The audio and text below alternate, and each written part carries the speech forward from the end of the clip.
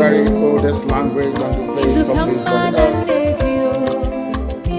Chico Kikabia Mapuni, Chineke, and Son of the Wishala, Nina Goza, Hansoya, Nana Jama, and Yana Farusi, Okonane, Obia, and then saw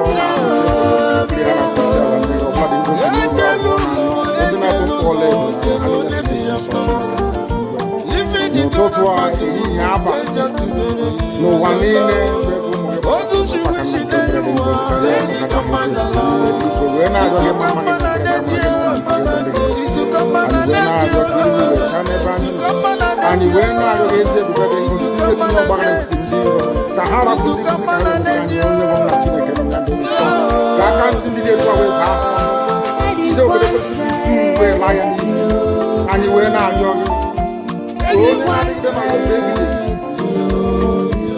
Because you will make a Biafra with your source and the number of and we're not going to do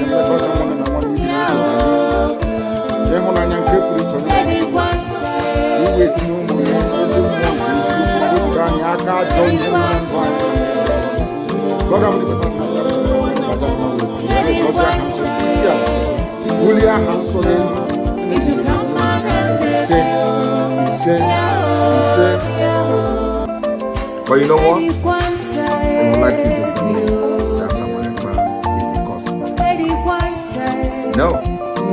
I am the solution, and the only way they can get to you is by kicking me out, which is not possible. I have come. Look what you do. After I am done with Nigeria, Biafra will be free and enjoy freedom. Biafra will know the importance of freedom and what I'm going to do in 5 years to come. Thank you.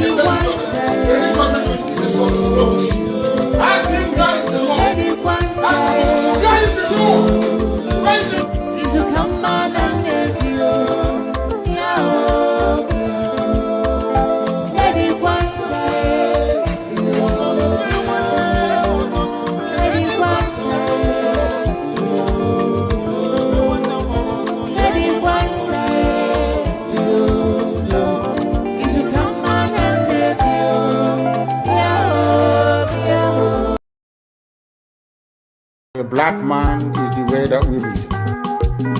If not that the way we reason is very, very abhorrent, there is no need or reason why we should be suffering and complaining every blessed day without the courage to do something about it. Some of you tried to do something about it with the End SARS protest, but some of us quickly, or should I say some of you quickly capitulated because of your tribal affiliations or religious considerations. They managed to divide each and every one of you. But today you must make up your mind what you want to do. Do you want to change your lives, or do you want to continue residing in a damnable zoological republic with no hope, way, or means out of the mess that you're in? Why can't we change our lives? Those who are telling you that the revolution is not the best way to go about it, ask them, how come Russia is advanced today? How come the United Kingdom, Britain is advanced today?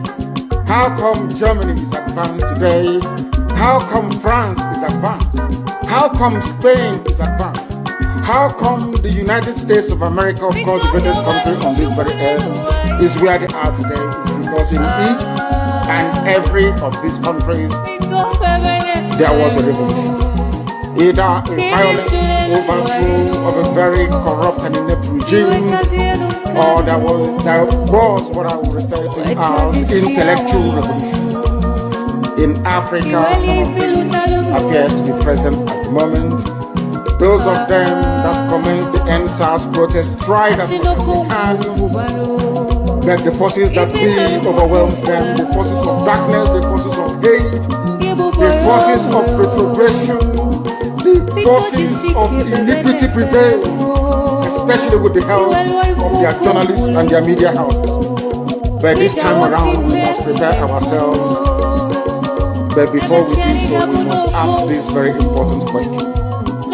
Are we all prepared for this very change that is about to come?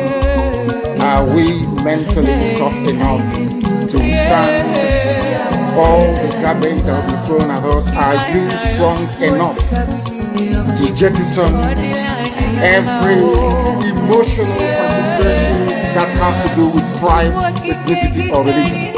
Once we are able to overcome all of this nonsense, believe you me, this very next phase of revolution will stand very, very strongly. Everybody knows that Nigeria is a scam, a very big one.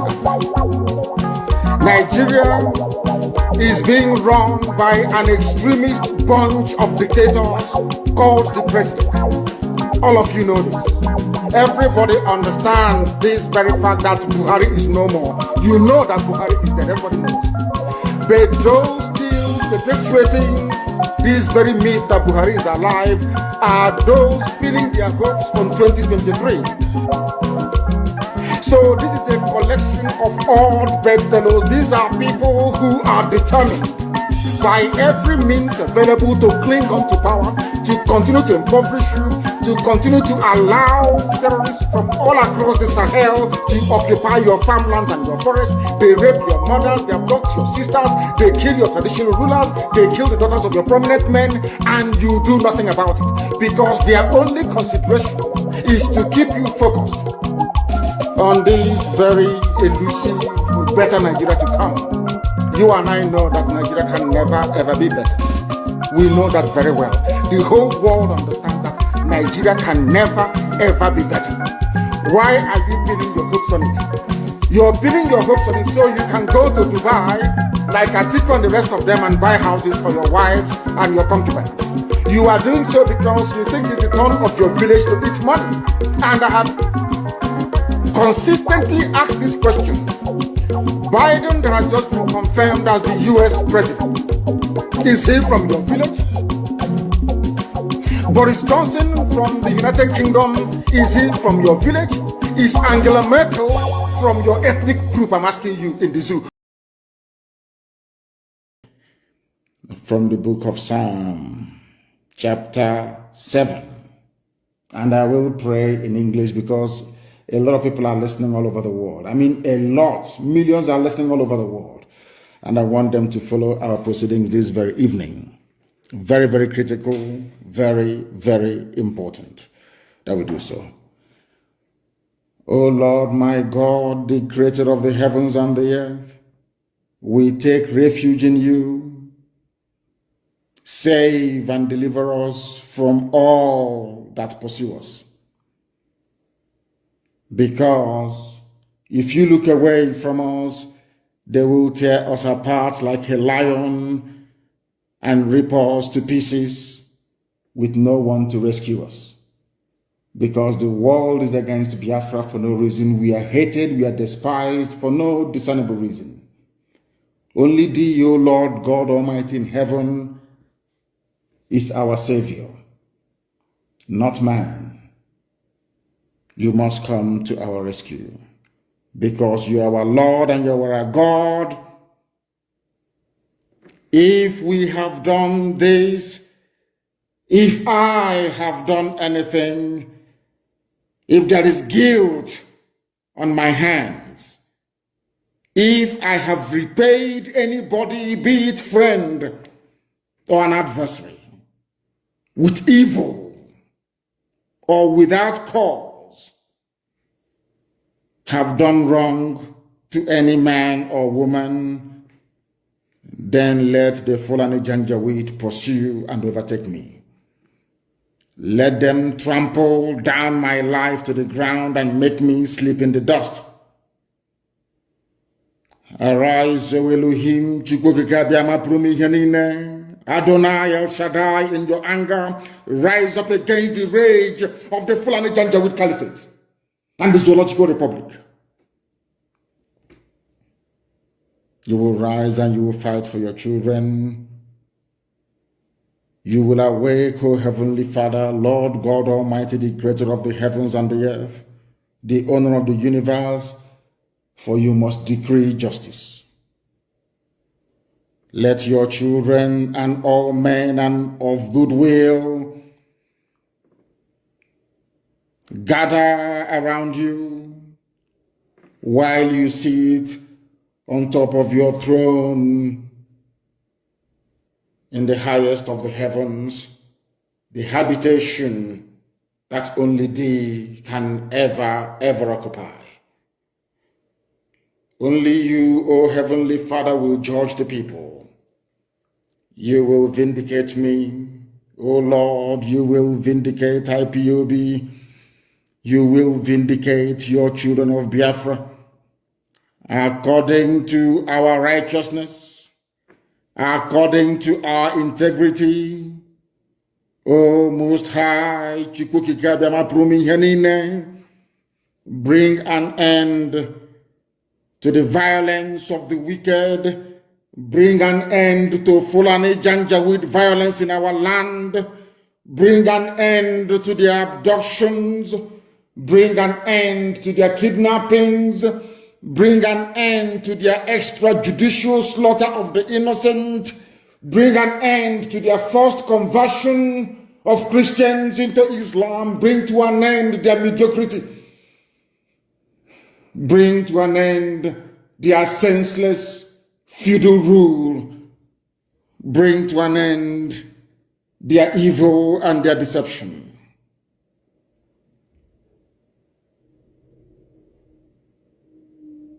Come and secure the righteous, because only you, O God Almighty in heaven, can see in the dark. Only you know the hearts of men. You are our shield. We have nobody. Between 67 and 1970, the whole world ganged up and fought against your children. We did not steal anything from anybody. We did not go after anybody's possession nor inheritance. We were on our own in the land that you gave to our ancestors. They conspired, they connived, they colluded to kill us. Over 5 million people. We are dead at the end of it. You are our shield. We do not trust in any man or in any state. We trust only in thee, because you are God and you always save the upright at heart. Anybody whose heart is clean, O Heavenly Father, to those you do not abandon to their enemies. That is why you cannot abandon IPOB. That is why Biafra can never be abandoned. Because your words are yea and amen. You are God, you're not human. Facebook may have been bought over by Nigeria, and we pray that Twitter will not succumb to their threats and their violence. You are God, and you are an upright and a just judge. But you are also a God that displays his wrath every blessed day.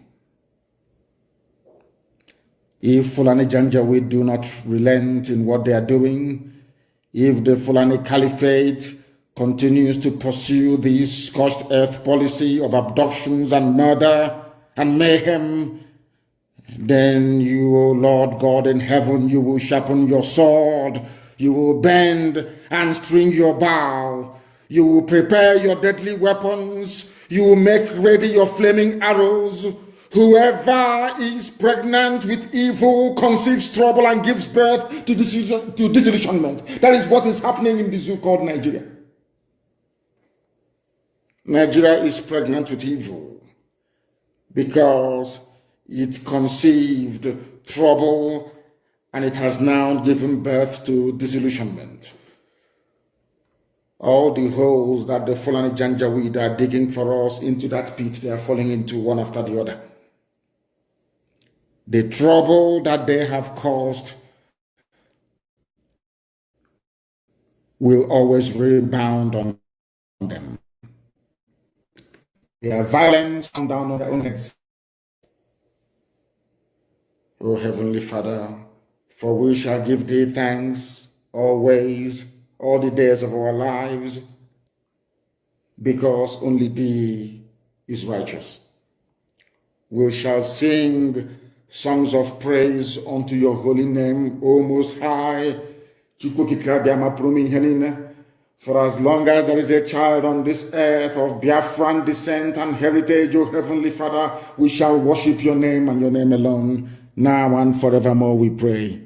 He said, that was our prayer this evening. We are now going to proceed without further hesitation to bring to you the gospel which I have been mandated by heaven to preach to the children of men. Take as much as I give, so I don't complain. People are entitled to the opinion, and I don't expect everybody to agree with me all the time. It is impossible.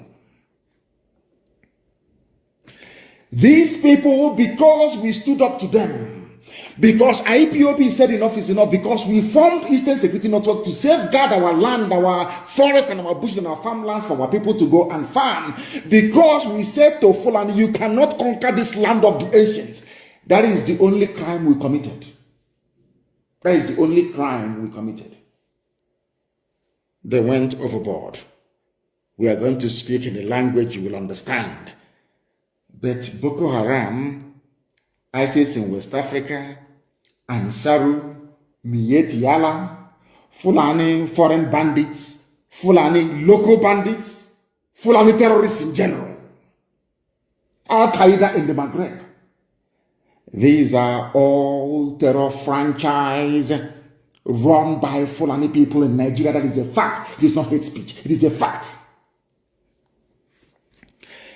These people in Aso-Rock never spoke the language that Boko Haram understood. They never spoke the language that Fulani headsmen, the same people. What I find astonishing is that these people, they will ignore the timber, the tree in their own eyes, and they'll be looking for the speck of dust in your own. I want to ask Fulani Janjaweed, have you dealt with Boko Haram in their own language? Did you go to the north massacring people, abducting people, killing them, basically committing genocide in broad daylight as you're doing right now in the east? The answer is no. Throughout the years of Fulani rampage through the Middle Belt, have you ever read the riot acts to them? The answer is no. But the whole world, what I find astonishing is the hypocrisy of man. BBC, Twitter, Facebook, all the rest of them, New York Post, everybody, Sky News.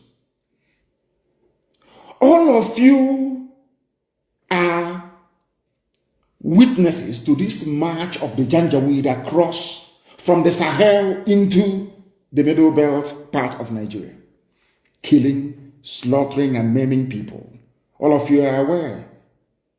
Nobody will ever say to Garba Shehu, why did you not read riot acts to Boko Haram, to Fulani, your fellow Mietiala, that you gave 100 billion to? Why didn't you read it to them? Oh, he read a riot act to IPOB. He read, oh, can't you, the president has spoken. And when I say it, sometimes people take offense, but it is a fact of life that there is something fundamentally wrong with us. I've said this many times because I know that the owners of Twitter, they are listening to my broadcast this evening via that very platform. I want them to understand that I am also self-critical. We are our own worst enemies because of the way we reason, because of the way we think. And that is why black people are at the bottom of the pile all over the world, wherever you go to, because of how we reason. The same person trying to address the issue of insecurity in the East in the language they will understand failed to address his own people in the language they themselves will understand. Now, I believe that you're following what I'm saying. Please pay very close attention. When it comes to Biafrans, the Easterners, to Igbo people in particular, there is this great understanding. There is this unity of purpose that an Igbo man should be hated and killed if need be. It didn't start today. It started all the way back in 1945. And as most scholars and commentators have noted over the years, anywhere you go and you find hardworking people, people who are blessed by God, they attract envy. The only reason why those idiots like Garoba Sheikh will be mouthing all their rubbish and saying, "Oh, we are going to speak the language they understand," is because of their natural hatred for Biafran people. Is there anywhere in the world, even the Armenian massacre has been recognized by the US Congress as being a genocide worthy of note? We lost 5 million people.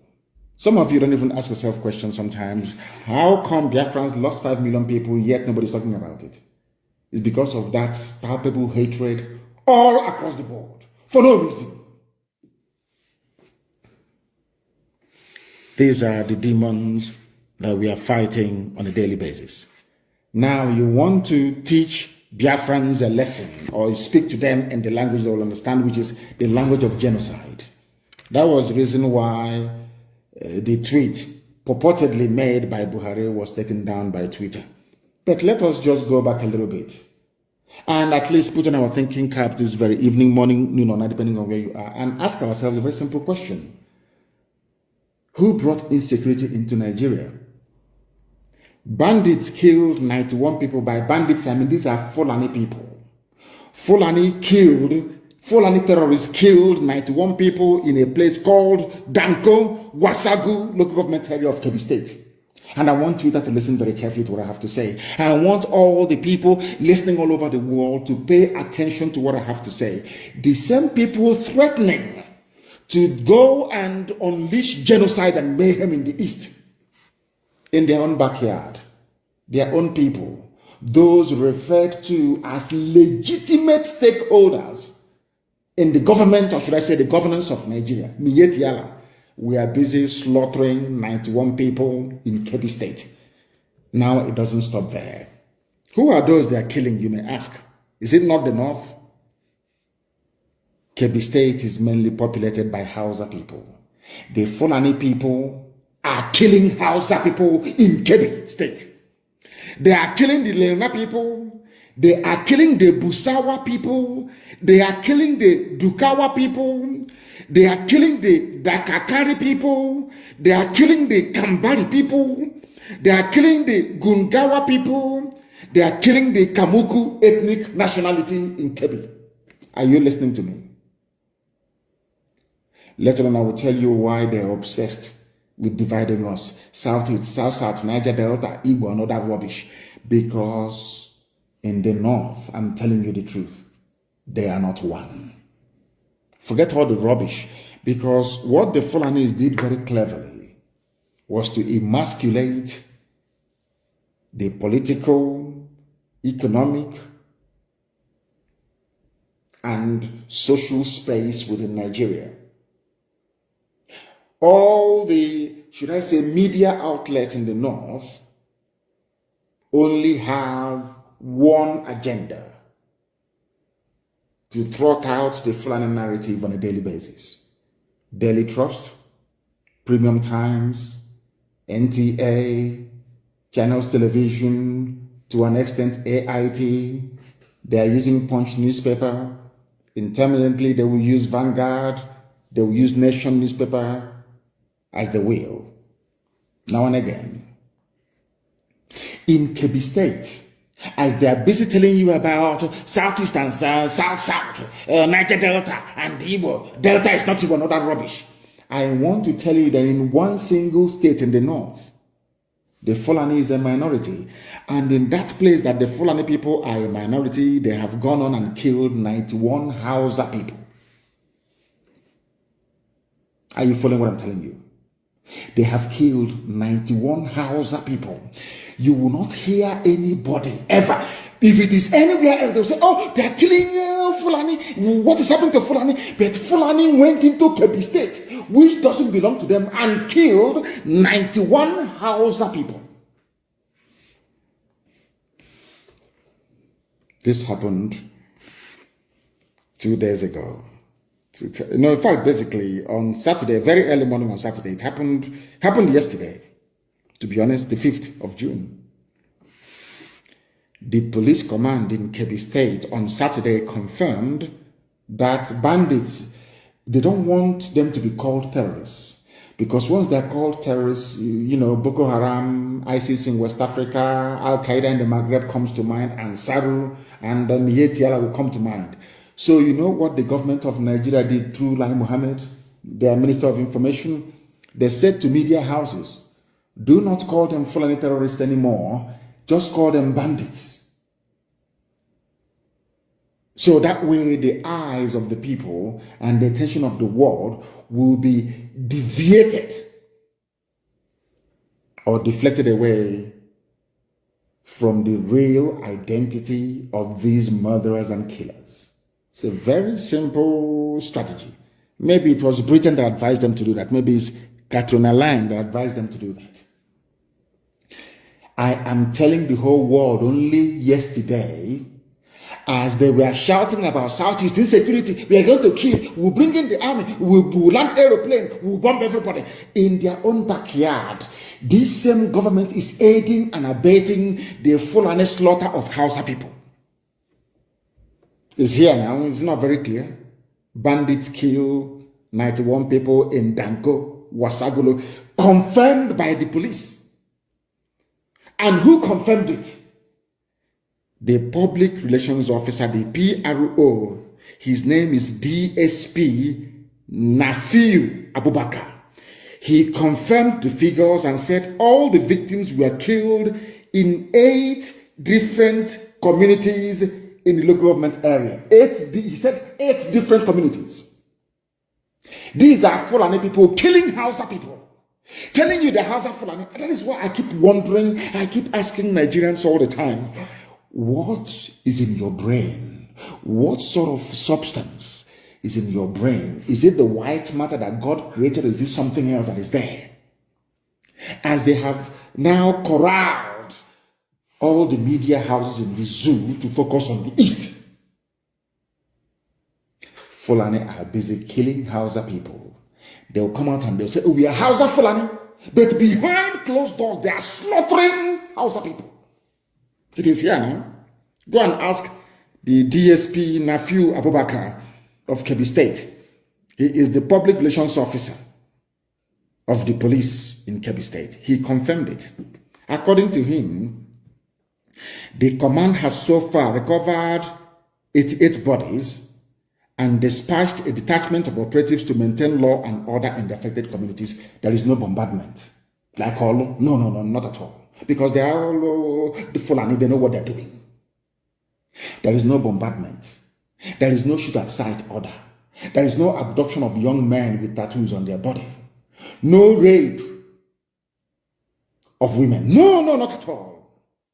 This is in a state where 88 Hausa people were slaughtered by Fulani terrorists. Now tell me why any decent person would want to belong to such a country. What is what is of concern to them? Are you following me? Are you following what I'm saying? I hope that people are following what I'm saying sequentially. A country where 91 people were slaughtered only yesterday, their concern is the East. Do you see how they roll? Because Fulani has an agenda. The agenda is to conquer all of you. But some of us are so foolish and so idiotic, we don't understand what their game plan is. If they do not have it in mind to conquer all of you, how come something as massive as the slaughter of 91 people did not elicit any comment from the so-called presidency? Tell me in which country anywhere in the world that such idiocy obtains. Only in Nigeria. When I say it, they say his insightful tweet, he's inciting violence, and you are the ones committing violence. Fulani, you are the ones that killed 91 Hausa people in Kebbi State. You can't massaging them say, "Oh, we are Hausa Fulani," but you're killing them. 88 bodies were recovered.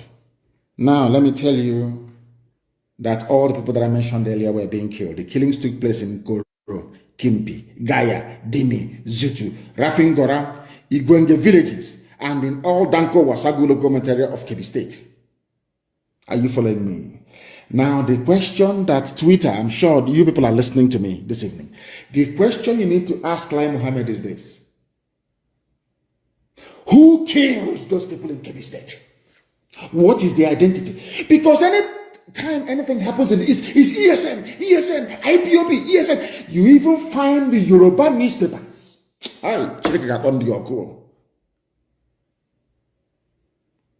Without any investigation, they will say it's IPOB, ESN, IPOB, ESN. I want to ask Yoruba media, Yoruba journalists, you evil people, have you ever wondered or asked yourselves the people behind the slaughter of the innocent in Kebbi State? Why couldn't you say it's Mietiala? The way you quickly say it's IPOB, it's ESN. It is that hatred. It is in your bone marrow, you cannot get rid of it. I am not talking about the freedom fighters we have in Yoruba land. I am talking about their journalists. Journalism from Yoruba land is pure venom, designed to paralyze your thinking faculties and to render you useless. By the time they are done with you, Fulani will just walk you over. I want to ask Yoruba newspapers, how come you are saying it is bandits that kill people in Kebbi State, whereas anything that happens in the East is ESN, IPOB? Why? Do you see why I hate Nigeria? Do you see why I agitate for Biafra? Because you hate me for no reason, for speaking the truth. That is the only, you hate me for no reason. Then why should I not seek a country of my own? Given the level of hatred you have towards us. Daily Trust newspaper will be somewhere in Kaduna. Something will happen maybe in Okigwe, and he will write it is IPOB ESN. He has never been to Okigwe before. I want the world to listen to what I'm saying, to understand the level of hatred directed towards Igbo Biafrans especially. To all Biafrans anyway. The other ones, they are treating them as if they are normal, but of course they are not. Fulani killed Hausa people. The same newspaper is writing Hausa Fulani. Hausa Fulani. I want to ask the whole world tonight, who are the people responsible for the killing of 91 Hausa people in Kebbi State? The answer is Fulani. And they know that they are terrified to write the truth. They are terrified to speak the truth. That is why I cannot be in the same country with you people. You people are evil. You are evil. You see evil and you support it. You keep your mouth shut. You want Tinubu to be president. And you are paying dearly for these mistakes you're making. As we proceed, I'm going to bring to the attention of the world the damage that Yoruba journalism has done to Yoruba people. I will prove it tonight. On this noble platform, what we preach is the truth. You may not like it, but if you go back and reflect upon everything that I say, you will come to the realization that it is the truth, the whole truth, and nothing but the truth. You may not like the way I deliver it. I give you that. I'm not too bothered about it. But ask yourself this question: is Nnamdi Kanu speaking the truth? This evening, am I preaching the truth or not? Why is it anytime something happens without proper investigation, it is IPOB or ESN? But only yesterday, all of you in the zoo called Nigeria, you reported the massacre that took place in Kebbi State. My simple question tonight is to Punch newspaper, to Nation newspaper, to Vanguard, all the rest of you that are basically trotting out the Fulani narrative every blessed day. I want to ask a simple question. Who are the perpetrators of that heinous crime in Kebbi State? Once you answer it truthfully, you will now understand why I am pursuing a sovereign state of Biafra. Because all of you are hypocrites. I want also, Twitter, are you listening to me? Because they want to listen. Lai Mohammed told them, go and listen to him. You hear his hate-filled speech tonight, and you ban him on Twitter as they bribed Facebook to try and suppress my page. And Twitter, you're listening. My happiness is that Twitter is owned by a white man. And white people are more objective when it comes to issues of this very nature. I don't want to go into the background of Mark Zuckerberg. That will take care of itself in time to come. But I'm sure that the owner of Twitter is a white man. So he is bound to be objective, at least. I want to also let the whole world understand what is happening in the north, in Fulani-controlled northern part of Nigeria. The core north, I call them the Arewa, the Janjaweed frontier of the north. What is happening? Do you know that Islamic leaders who are Fulani people are abducting Hausa people who are Christians and forcibly converting them to Islam and forcibly marrying them off to whoever that wants to take a Hausa Christian bride? Are you aware of that? No, you're not aware of it. Because some of you erroneously think that in the north they are all Muslims. Is that what you're thinking? No, you're wrong. Islam is in the minority in the north. You'll be shocked to know this. Now, let me explain something to you. And I must thank Inter-Society for bringing this to the attention of the world. Because they actually called for the prosecution of some Islamic leaders in Katsina State. The same state that they claim the dead Buhari, whoever is there, comes from. Answering Buhari. Of course, the late Buhari comes from Katsina. Do you know what they're doing in Katsina State? Fulani Caliphate Islamic people there are kidnapping people, young women, most of them Hausa Christians, and forcibly converting them to Islam. It may sound far-fetched, but it is true. And I'm going to shock most of you this evening. There is a group in the north. They are called the Hausa Christian Foundation. HACFO, HACFO for short. The Hausa Christian Foundation reported incidences of indiscriminate abduction of underage girls by Islamic leaders in Katsina State and forcing them to renounce their Christian faith to take up Islam. What they did to Leah Shoibu. To tell you that they are all in it together. This is what I want Yoruba media to understand. I know that some of them are Muslims. I understand that very well. But at least they are educated. They went to school. They are not quota products as you have in the north. Not at all. You have in the Janjaweed north, that is. Do you know what the group said? Hausa Christians, what they said. The Nigerian government must sanction the Katsina Islamic leaders for indiscriminate abduction and forceful conversion of scores of Hausa Christians, especially girls of underage, to Islam. This is according to a statement issued on the 15th of April 2021 by the Hausa Christians Foundation. According to the group, there has been indiscriminate abduction of hundreds of Hausa girls and their forcible conversion to Islam.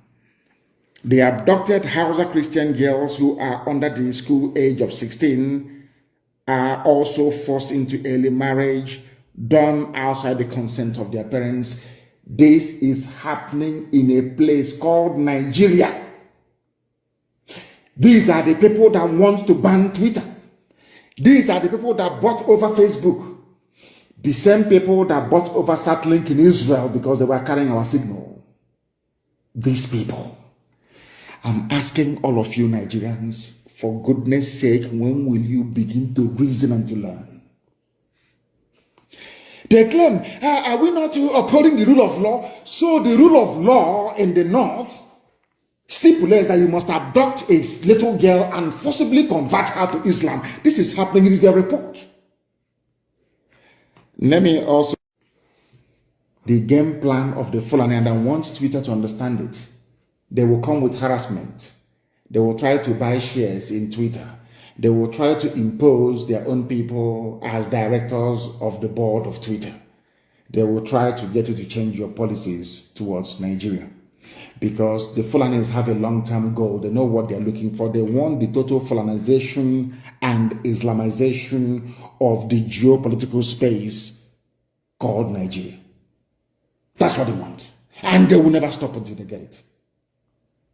They will never ever stop. This is something that I want Yoruba people to understand.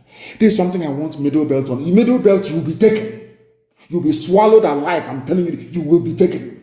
The only reason why this demonic Fulanization is not in full swing is because of the activities of IPOB and Eastern Security Network. That's what is stopping them. If not by now, we would all be gunners. The time now is 5 minutes to 8 p.m. in the land of Biafra. We are live and we are direct. It is also the same number, say 3 minutes to the top of the hour, regardless of where you are. We are preaching a gospel that heaven asked us to speak and to preach about this very evening, and we must do so. People are saying ESN, IPO, not people anyway, of course, the Janjaweed and those that hate Biafrans, naturally, that's what they always do. They've been doing it since 1945, it's not new. The demonization of the East didn't start today, it's since 1945. And it's never going to stop.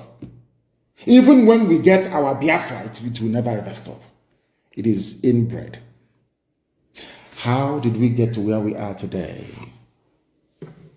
I want to ask, people must listen very attentively, please. I want to ask the whole world. You're talking about ESN, you're talking about IPOB agitation and all that rubbish, the way we speak, our violent talk. I want to ask the whole world, please. How did we get to where we are today? Number one question, I want to ask the Zoo media, Nigerian journalists. In 2014, what did IPOB do to warrant the massacre of people in Onitsha and Enugu? I hasten to add. In 2015, let me also ask, what did we do to deserve being massacred on October and November of 2015? People talk about Nigeria as if it is one normal country or nation. No, it is not. Nigeria is a gangland. It is run by gangsters, basically, masquerading as politicians. This is something that Twitter must understand. The world must understand it. It is a fact. Let me ask you. You see the Shia people, Shia Muslims of El Zagzagi. What did they do to deserve to be massacred in Zaria? Were they violent? Were they carrying arms? Let me leave Shia. Let me come to IPOB once again. In 2016, I was in detention. I was in in detention in Abuja. People gathered to remember 30th of May 2016. We got together in a place called Mbo.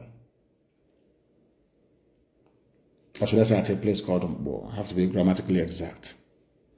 To pray, to remember the dead, exactly what we did a few days ago. Do you know what happened? I want the world to understand. I hope Twitter can follow what I'm saying. I want mankind to understand. On the evening of the 29th of May 2016, Nigerian Army, Nigerian police went to a place called Mbo and killed over 1,000 people. Now you'll be wondering, what did they do? What's their crime? Their only crime was to gather together to try to remember those that died between 1967 and 1970. The army went there and shot over 1,000 people dead. Am I lying? Nigerian journalists, am I lying? After all, Amnesty published a report about it. A report was published by Amnesty International on this very massacre. I want to ask everybody then, was there any ESN, any arms anywhere? Was anybody carrying any guns or anything of that sort? It's only the flag. You shot people dead. Have you all forgotten? You zoo people, have you all forgotten what you did in 2016? Let us go to Abba. If you doubt me, go and look at the clip, and I want it everywhere tonight, please. The clip of that Al Jazeera journalist interviewing the late dead Buhari when the idiot was still alive. You know, sometimes I want to sound statesman-like, but it's not possible. I'm dealing with animals in a zoo. How can you wear a suit and you be playing with monkeys? It's not possible now. You'll get dirty. So it's better you take off everything now and be naked like them and be swimming in the mud. Isn't that the best thing to do? Sometimes I come on air and I want to sound very statesman-like, but it's not possible because we are dealing with vagabonds, to be honest with you. Why did I call them vagabonds? Listen to my reasons, please, before you castigate me. Those you massacred at Mpo in 2016, what did they do to you? Were they violent? Were they armed? Those that you criminalized for asking for self-determination, do you know that it is a deliberate policy of the Nigerian state with their neo-colonial handlers to be calling us secessionists? Sky News published an article a few days ago and called Sky News in the UK called IPOB a secessionist group. New York Post made the same mistake. Reuters, everybody calling us secessionists. Now, I want to ask them a simple question. Why is it that you don't refer to Scottish agitation for self-rule a secessionist movement? Oh, because they are white. Okay, sorry, I do apologize. They are white. What do we know? We are black monkeys. We know nothing. Nicola Sturgeon can agitate for a separate homeland for the Scottish people. Sky News will not call it secessionism. New York Post will never ever target a secessionist movement, neither will CNN. But because in Africa, Biafrans are asking for the same thing that Scottish people are asking for, you now tag them secessionists. This is what is called very sublime racism. If you don't know, I will teach you and you will know. In Europe, it is called ethnic nationality. In Africa, it's called a tribe. For a reason. I'm asking the whole world this evening, why is it that Nicola Sturgeon, the leader of the Scottish people, asking for Scottish independence makes her, they don't even have a name for her. If I ask for the same thing that Nicola Sturgeon is asking for, Nnamdi Kanu becomes a secessionist. How did we get to where we are today?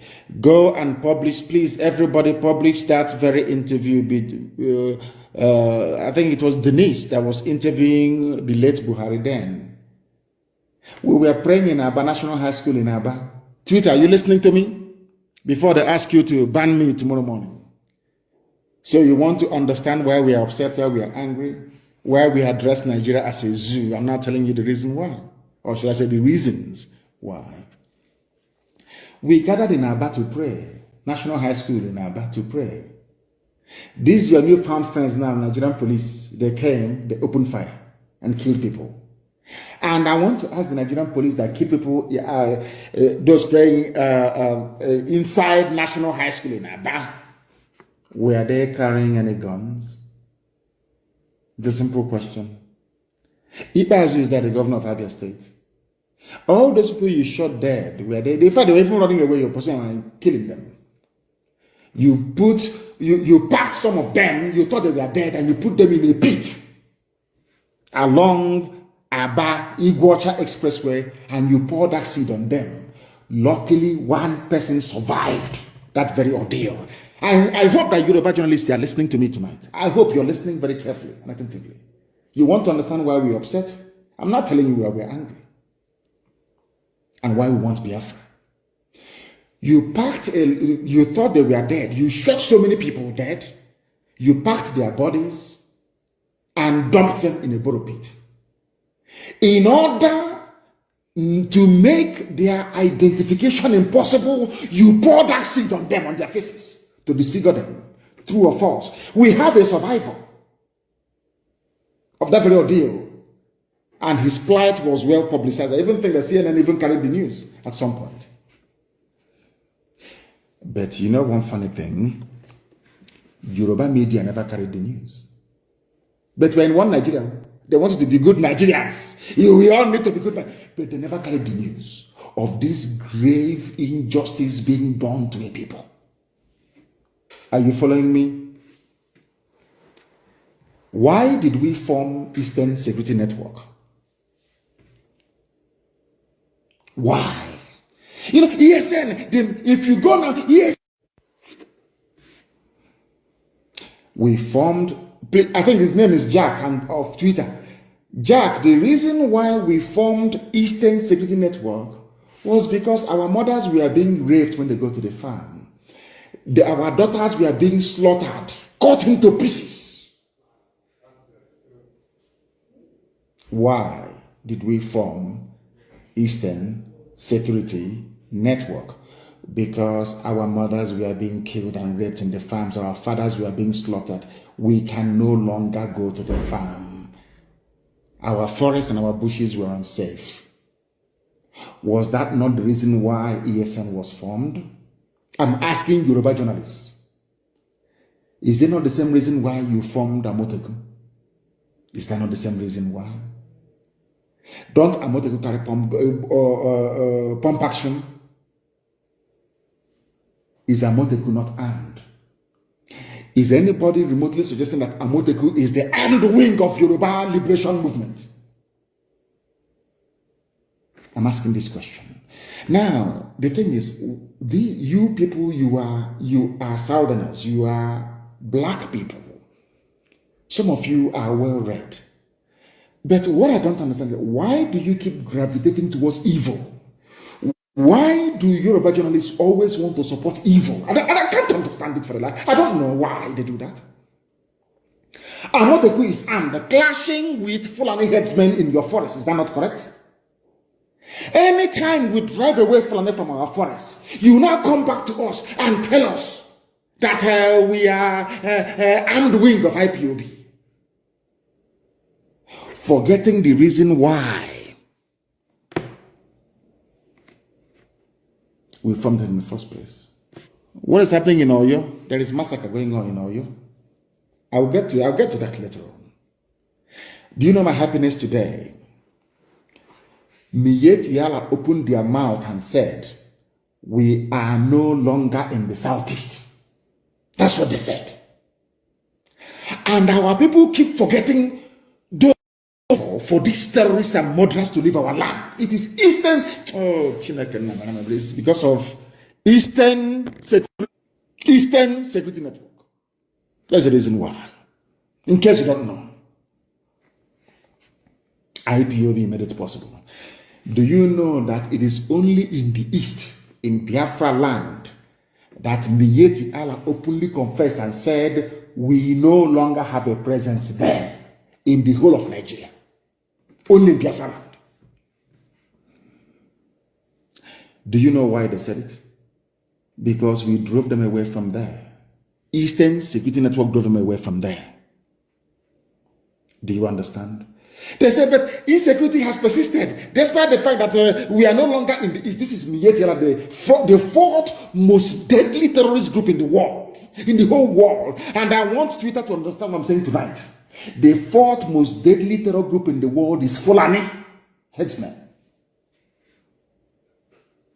According to the Global Terror Index. Go and Google it. The only place Fulani said we are no longer moving our cattle, raping and killing people is on Biafra land. And which people made it possible? Who are the ones that made it possible? Intellectual man, who made it possible? I'm asking you. Something that all of them couldn't have done. We formed ESN December of last year, and by May of the next year, Fulani confessed we are no longer in the southeast. Now tell me who is there killing people? Fulani soldiers, Fulani policemen, Fulani DSS. Because we defeated their foot soldiers, Miyetti Allah, they got upset. That is why you are seeing this level of disproportionate deployment of soldiers and police in the East. Fulani is upset. They have taken over parts of Yoruba land. they are comfortable. Can't you see that they are not worried about Yoruba agitation? They are not worried. They know where the problem is in the East. Are you following me? They are not in our forest, so if we find them, they are gone. They cannot be there. And they understand it. Fulani must know that we are more stubborn than they are. The only reason why it seems sometimes that Fulani, they have the leeway is because the Yorubas are afraid of them. Yoruba, not the Sunday Igbohos of this world, they are very brave. Not the Ghanaians of this world are very brave. Fani Kayode, given what has been, very brave. Fayoshe, a very brave man. Yinko Dumakin, my late friend, a very brave man. And of course, Paya Debanjo, very, very brave. When that man speaks, I want to borrow him and bring him down to the East. Paya Debanjo. They have brave people there. But the rest, I don't know. I have no idea. Today, what they are doing by attacking Twitter and buying over Facebook, they want to change the narrative. The Fulani Janjaweed, they want to change the narrative. Every blessed day, they want the world to believe that we in the East are the aggressors, that they are just victims. And I want the world to ask them a simple question. Who were the sponsors and founders of Boko Haram? Who are the sponsors and founders of ISIS in West Africa? Before then, who are the founders and sponsors of Al-Qaeda in the Maghreb? Who are the sponsors of Ansarut? Who are the sponsors of Fulani headsmen, Miyetti Allah? Who are the sponsors of even the foreign bandits that I'm talking about? How many terror groups have I named for you now? All exclusively Fulani owned. Yet, their focus is in the East. I want the world to understand something today because all of you are listening. Nobody hates the police or the army anywhere in the world. But I need you to understand something, that in Nigeria you don't have an army. What you have is a fully Fulanized terror machine in uniform. Heaven, the very oldest language on the face of this very earth. Because I can say that from what I have just listened from you, it is just not ordinary. You're very wonderful.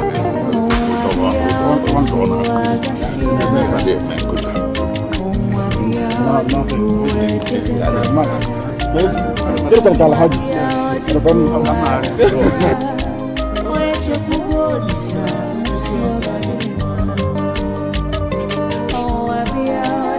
my lawyers came to see me, I had a discussion with them about how I'm going to defend myself. I told them that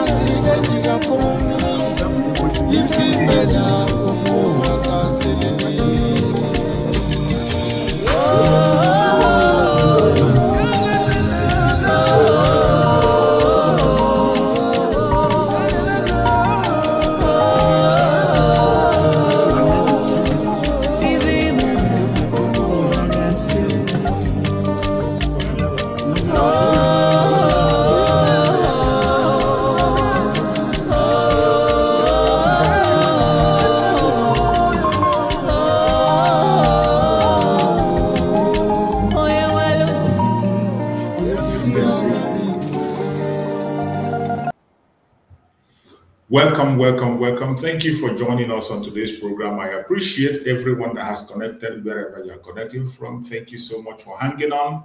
And we have listened to a very important and great message of our Supreme Nnamdi Kanu. As always, you know, I have said it time and time again that my duty here, number one duty I have here is to make sure I give Mazi Nnamdi Kanu and Mazi Simon Ekpa a voice. That I will continue to do in this very platform.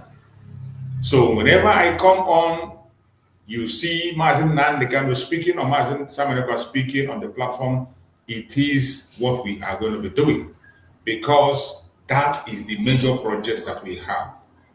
As I have said before, that the only important project that we have in the cause of Biafra is the release of Mazi Nnamdi Kanu and the release of Mazi Simon Ekpa, because the release of our leaders will guarantee our recognition. The release of our leaders will guarantee our unity. The release of our leaders will also guarantee the full actualization of Biafra. That is why we must continue to speak and give them a voice to speak.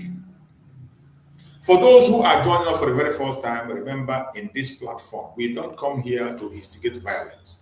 We don't come here to preach hate. We do not come here to attack people or individuals. We don't come here for any sort of propaganda or blackmail.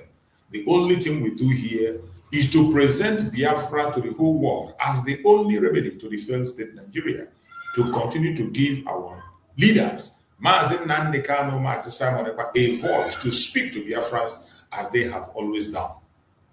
So we are going to go into it again today. So wherever you're watching from, I welcome you and appreciate you for being part of the program. Please hang on, sit back and tighten your seatbelt.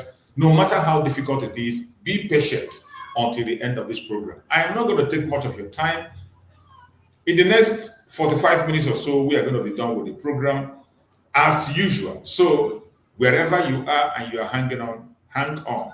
All you got to do is, as you join us, share the program to all platforms, share the family and friends. If the program resonates with you, share it. If it resonates with you, share with it. That is the only thing you can do. My own duty is to come here and speak. Sharing is in your hand. The social media network does not help to advertise our program or our content. It is you.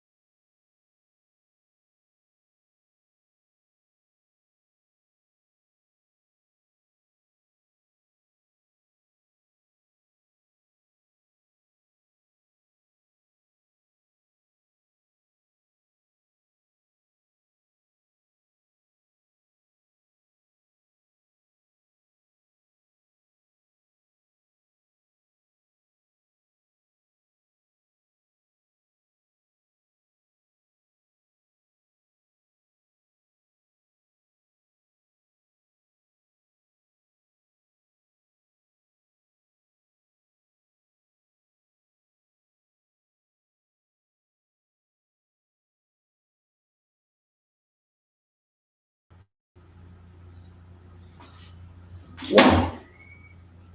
Sorry for that distraction. Just as always, this is the battle we need to be facing every now and again. But no matter how they try to stop us, we will never stop.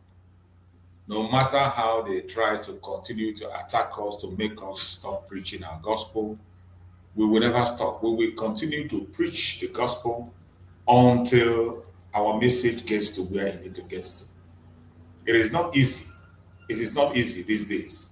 As I tell you people, it is not easy. So every one of us need to put an effort. There is always a very great effort that they are making to see that we are discouraged from doing what we have to do. There is always an attack coming. It will continue. But wherever you are, don't give up. We shall overcome. Don't give up. Continue to hang on. Continue to stand strong. And continue to do your own part. So whatever is coming that you are seeing that is happening today is something that needs to happen. Our leaders in the past have warned us about the situation that is going to come. Our leaders have told us that they are going to come with their attack. They will do everything humanly possible to stop us. But you must not allow yourself to be stopped. That is the difference. We cannot give up. So I appreciate everyone that is still patient there, hanging on and following up. I welcome all of you and I thank you. Thank you, my brother Onyeka, Chris. Thank you, Onyeka. Thank you for joining. Thank you for joining. And Gerard Dike, thank you for joining. So I welcome everyone that have joined wherever you are joining from. So we are going to hit it up no matter the difficulties, the attacks, We will continue. We are not going to give up. On your boss on me. Oh God. It is not easy. It is funny sometimes when you see some of those attacks, when they knock people out, including myself, they knock me out from my own program. So you can imagine what they can do to other people. So I appreciate everyone that is hanging on. Please, as you join, like and share. As you're liking and sharing, you are equally helping us to hang on and be able to overcome all the challenges. So today's topic that we are discussing, we are talking about Biafra exit from Nigeria. A fight for survival, not hate. The war must act now or regret. This is the topic we're going to discuss today. Biafra exit from Nigeria. Biafra exit from Nigeria. A fight for survival. That is what it is, not hate. When we talk about exit from Nigeria, people misunderstand it, they misinterpret it. It is not hate. The wars must act now. You know, this is why, and why people are seeing it as hate is because of the way we approach it. That is why I've always said, we, those of us that are in this agitation, we must present our case in such a way that it will be understandable. We must present our case in such a way, in a uniform, in a way that will be acceptable. Because sometimes the way we present our matter, the way we engage in this agitation, makes it look as if it is something that has to do with hate. But it is not. It is not. That is why I always talk about unity of purpose. When you are preaching your message, unity of purpose. Focus on the reality on the ground. Focus on the purpose for which we all are speaking. Focus on the purpose, not just about the viewers, not just about your friend or whoever you are supporting or group. No. Focus on the reality why we come every day to talk about freedom. It is very important because when our message is not properly preached, people will be seeing the agitation of Biafra as something that is dangerous. They will see our word, our request as if it's out of hate, but it is not. It is not. When we talk about the exit of Biafra from Nigeria, people see it as a call for war because of the way some of us act, the way we talk, the way we present our case. That is why we must rethink, readdress the way we approach it, even including among ourselves. The kind of battle that is going on among ourselves, the counter messages that is being preached, is presenting a different picture to the world. Just like what the DOS and their agents are doing today. When you go to their platform, the kind of message they're preaching, you'll be wondering, are these people, are they really serious? Are they truly seeking for freedom? There is no way you will go to a platform and you listen to what the DOS is preaching today, and some of us Biafrans are talking in their platform, and you will have that conviction to support the movement. Our attitude is scaring people away. Our attitude is scaring countries away. Our attitude is making people to think twice on the promotion of Biafra. Biafra exit from Nigeria is a fight for survival. And we must present it in that manner. Present it as a fight for survival, not hate. It is not hate. We are not hating any tribe. We are not hating any religion. We are not hating any group. We are not hating anybody. It is not about it. It is about survival. If we want the world to act or to listen to us, we must readdress the way we present our cases. We must change the way we present our case. Our manner of presentation have made things look different and very, very awful. We really need to change the way we present issues. So today, we are going to discuss on this very topic, and we will try as much as possible, as always, to do justice to this topic. Wherever you are watching, once again, I say good morning, good afternoon, good evening, wherever you are watching from across the world. You are welcome to this program today. Today, we are not just having a conversation. We are confronting reality. And that is what this platform is all about. This platform where you're watching this program is all about reality. It is not about making people to happy. It is not about drama. It is not about hatred or attacking or saga or whatever. No, it's not about promoting individuals. This platform is about reality. So when we talk, we derive our statements and our comments from reality on the ground. And that is why in all my programs, I equally encourage Biafrans to look at the reality at all the time. And more especially when I talk about this reality, look at Nigeria, look at Biafra land, what is obtainable. Look at what is, if you don't have a brother or a sister in Nigeria, look for somebody and put up a call and find out what is going on in Nigeria. If you have family in Nigeria and you're abroad, call them and ask them what is obtainable. What is the reality on the ground? And if you are in Biafra land, you must look at the reality on the ground, not what you see on social media, on what we tell you, or what anybody tells you. No. When you wake up in the morning, you look at the reality around you. What is surrounding you? You look at who is operating in your area, who is in charge in your state, who is in charge of affairs in your area. This is the reality I'm talking about. So whenever I'm addressing issue here, I address issues based on reality because I believe that is the best for us to do. It is no longer it's no longer the time of giving people hope where there is none. It's no longer a time of giving people faith where there is none. It is time for us to look at the reality so that we can add more strength and energy to fight for what belongs to us. Because some of us are relaxing, thinking that the battle is over. Some of us are relaxing. They think that the battle is over. But I bet you the battle just began. So many people have that impression that the battle is over and they are relaxed. They are relaxed. That sometimes they will come into my platform and they will type unnecessary statement that doesn't make sense. Every one of us is hoping and looking forward to the full actualization of Biafra. And it is step by step, stage by stage. The stage we are now, every one of us know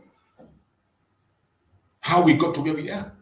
And the step where we are supposed to be, we all know, but some of us have decided to turn a blind eye to it. You turn a blind eye to it and you continue to deceive yourself. You continue to deceive people that everything is okay, that everything is done. Our land is still under occupation. Nigerian government is still operating in our land. They are still the one cutting the short in our land. Nigeria is a sovereign state. Nigeria is still occupying our land. What we are doing is to make sure we take back our land and be able to administer affairs in our land. As it stands today, we cannot administer anything in our territory. Nigerian government is administering everything, including our resources. Day-to-day life activities and our resources is still being administered by Nigerian government.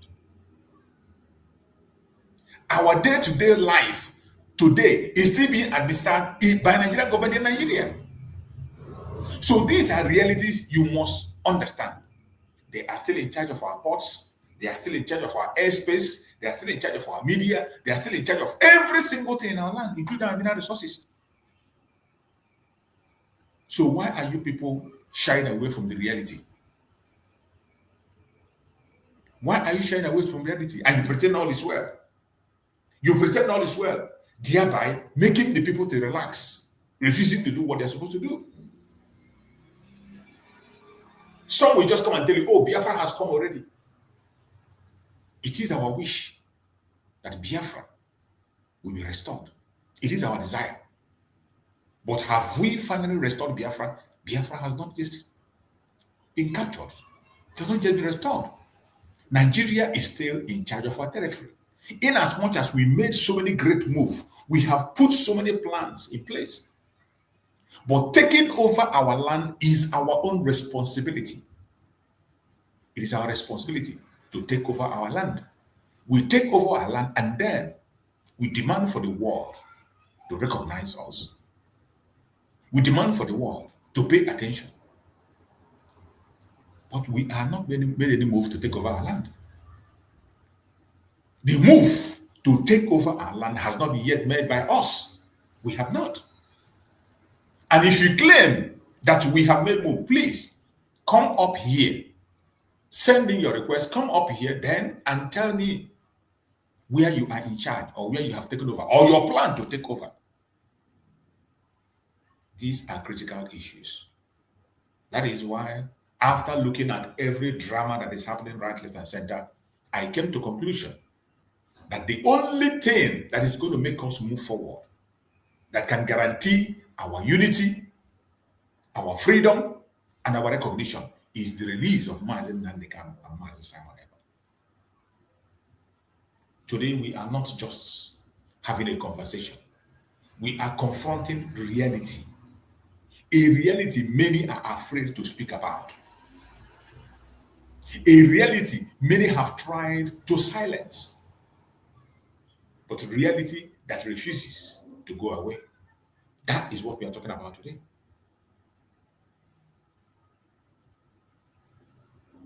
The Igbo people, more especially, the Igbo Biafrans, more especially, their determination to exit Nigeria is not born out of hate. It is born out of, not born out of pride. The determination of the Biafrans to exit Nigeria is not born out of hate or pride. More especially the Igbo Biafrans. When you see the genuine Igbo Biafrans who are in the front line of speaking about this exit, it is not about hate. It is not born out of pride. It is born out of something deeper, something more urgent. And what is that? Survival. Survival. The reason we are shouting and crying to exit Nigeria, the reason we are bent on walking away, no matter what they present to us, no matter the gift, the bribe, the whatever, the reason we are insisting on exiting is because of survival. It is necessary for survival. The only way we can survive is to walk away from the zoo. The only way we can survive is to leave Nigeria. So I ask you that is watching right now, what would you do if your existence was constantly under threat? This question is for everybody.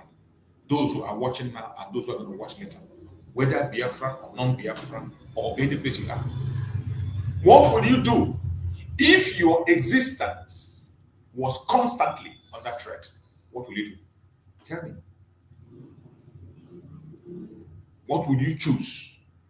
Unity at all costs or survival at all costs? Which one are you going to choose?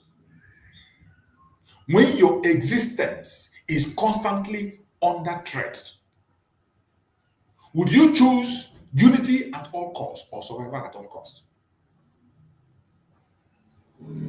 Stay with me, because today we are going deep. We will go as deep as we can. For decades, the Biafran people, more especially the Igbos, an industrious, resilient, and enterprising group, have lived within a system that many believe has failed to protect them. A system that has failed to protect the people. A system where security is uncertain. A system where justice often feels selective. A system where things are done, I don't know how to express it.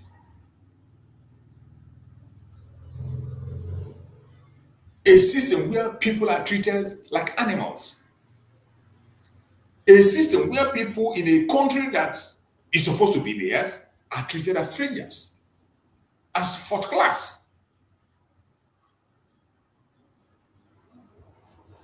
A system where belonging feels conditional.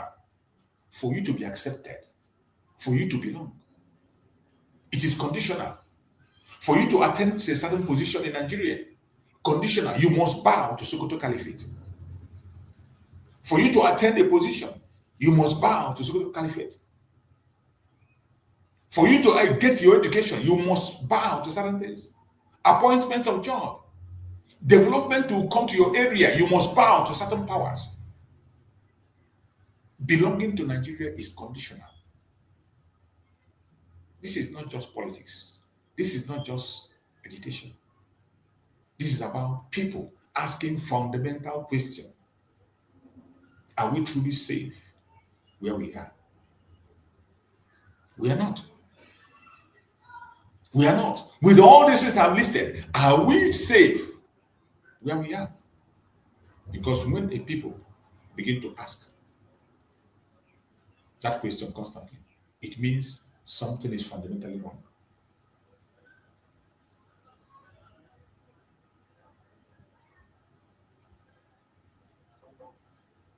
When a people begin to ask some kind of question constantly, it means something is fundamentally wrong.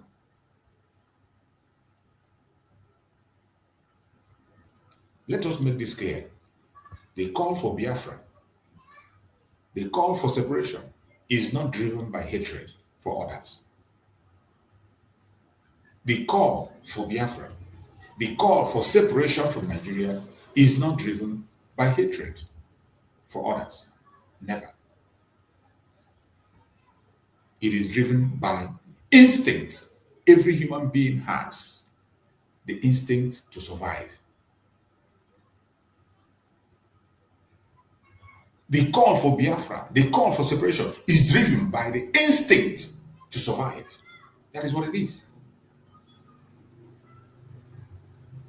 People always paint it to be hate or what. It has nothing to do with hatred. It had nothing to do with hatred at all. It had nothing to do with pride. It is driven by the instinct every human being has in them. Instinct to survive. That is why we are calling for separation. That is why the call for Biafra, quest for Biafra, will never ever stop. When people feel unsafe in their own land, today in the land of Biafra, people feel unsafe. Children are made orphan. Women are made widows. Men are made widowers. On daily basis, even as we speak. Nothing seems to add up. When people feel unsafe in their own land, unprotected by their own system, and unheard in their own country, what else do you expect? What do you expect? They begin to look for alternative. So Biafra is a child of necessity. The only alternative to save life now remains Biafra. Separation, disintegration of Nigeria, that is the only alternative to save life. With the rate of death, terrorism that is happening in Nigeria today, nothing will change, nothing will stop it. Not because they want to divide, but because we want to live. Because we want to stay alive. That is why we are fighting today. And let me repeat that. This is not about division. This is about survival.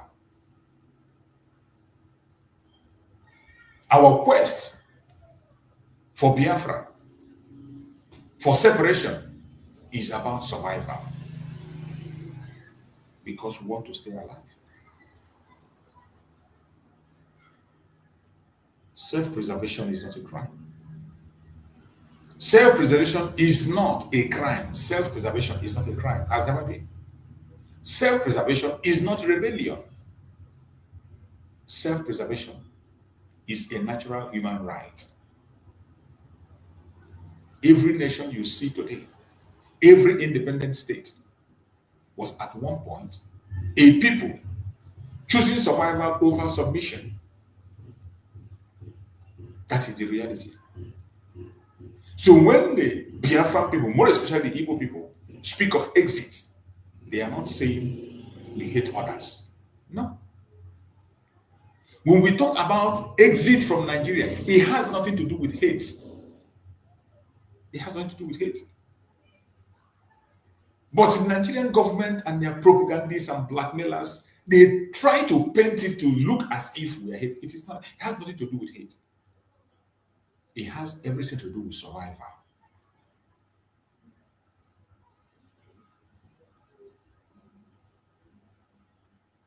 We are saying we cannot continue like this. That's what we're saying.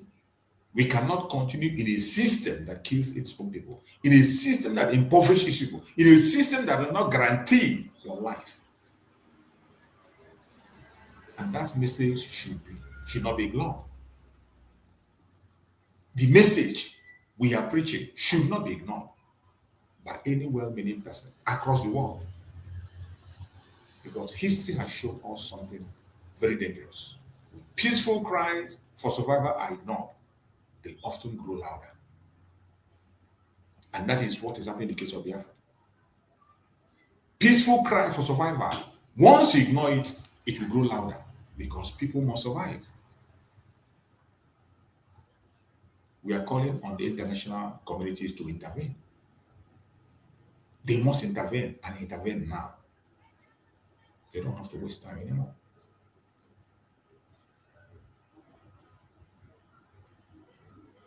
They have to intervene. The world has to intervene because this is no longer just a local issue. What we are seeing in Nigeria is a human rights issue. Nigerian case is a human rights issue. Look at the way Mazen Nanikan is treated. Look at how Mazen Samanakwa case was handled. Look at the way the entire Biafrans have been treated, more especially the Igbos. Nigerian case is a human rights issue, and the international community need to come into it now. When lives are at risk, when communities feel endangered, the international community has a responsibility to act. They have the responsibility to act, not to take side, but to protect lives. They don't have to take side. Protect lives. Intervention does not always mean force. It means investigation, mediation, advocacy, pressure for justice and accountability. This is what we are asking for. We are not asking for chaos. We are not asking for war. We are not asking for any form of force. Our call on the international community is to investigate the Nigerian government on the atrocities against the Biafrans, atrocities against the innocent, more especially human rights abuses that is going on even as we speak. And also to mediate between the Nigerians and the Biafran people. We are calling for advocacy. We are calling the international community to pressure justice and accountability in Nigeria. That is all we are doing. And the goal is simple: to prevent loss of life. Because once lives are lost, no political solution can bring them back. The thousands of Biafrans that have lost their life, will your political solution bring them back? Thousands and millions of Biafrans that have died. There is no political solution that will bring them back. They are gone and they are gone. That is why we are speaking while we are still alive. We don't have to wait until we die before we speak.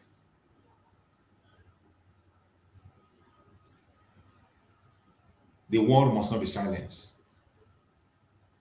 Any well-meaning person that cares about humanity must not be silent. This is the time to add your voice and speak to save the innocents.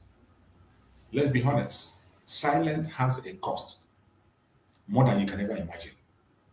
When people choose not to speak, when the world chooses not to act, situation escalates.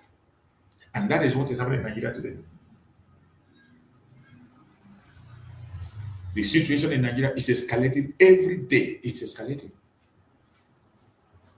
It is high time the international community do the needful, because it is almost late. It is almost late. And history has shown us time and time again, ignoring early warning leads to bigger consequence later. That is what history has shown. When you ignore early warning, the consequence later is going to be bigger and huge that you might not be able to manage.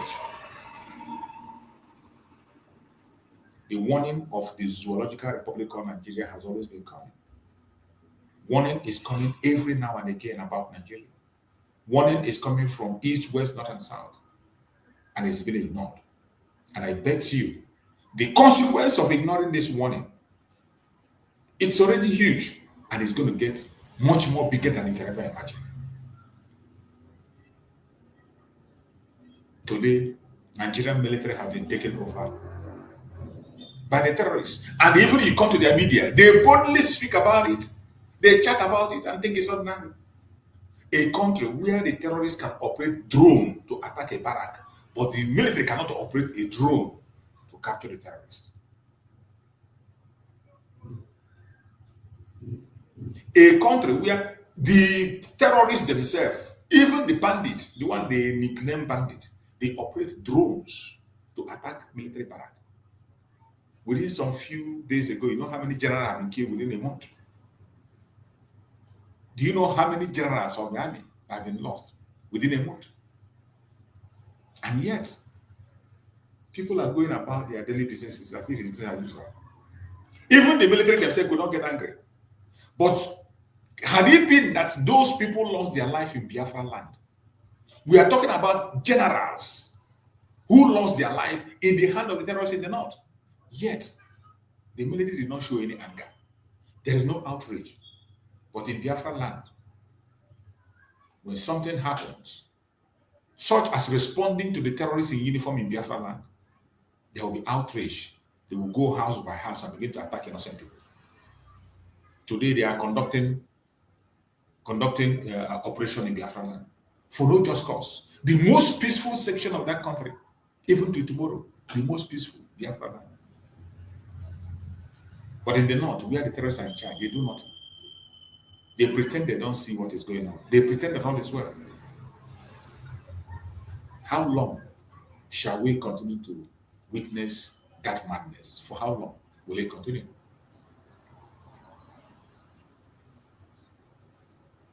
How long shall it continue? So the question is not, why are they speaking out?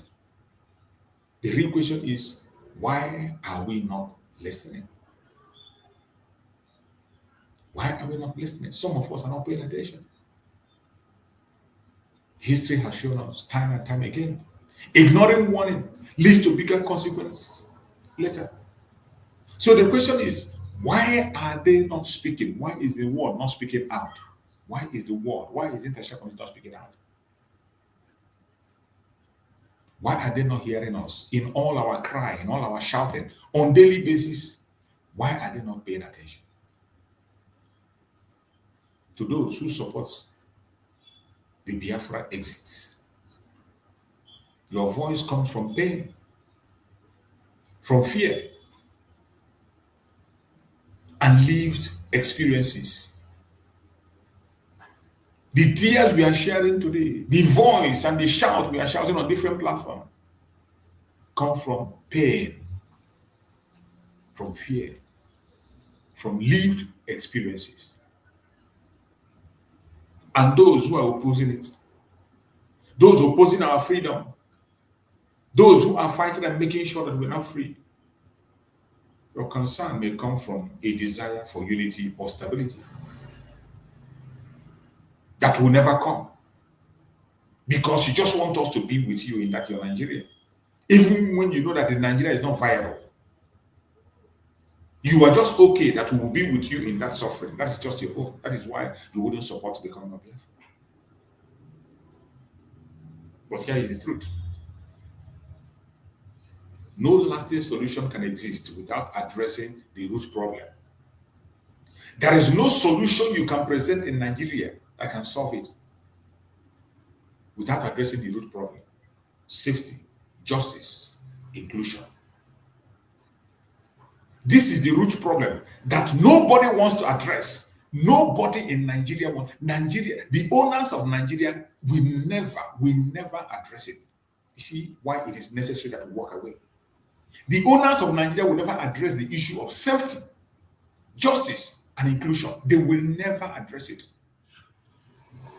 That is why the international community should come in and end this war for all. Peacefully, end it.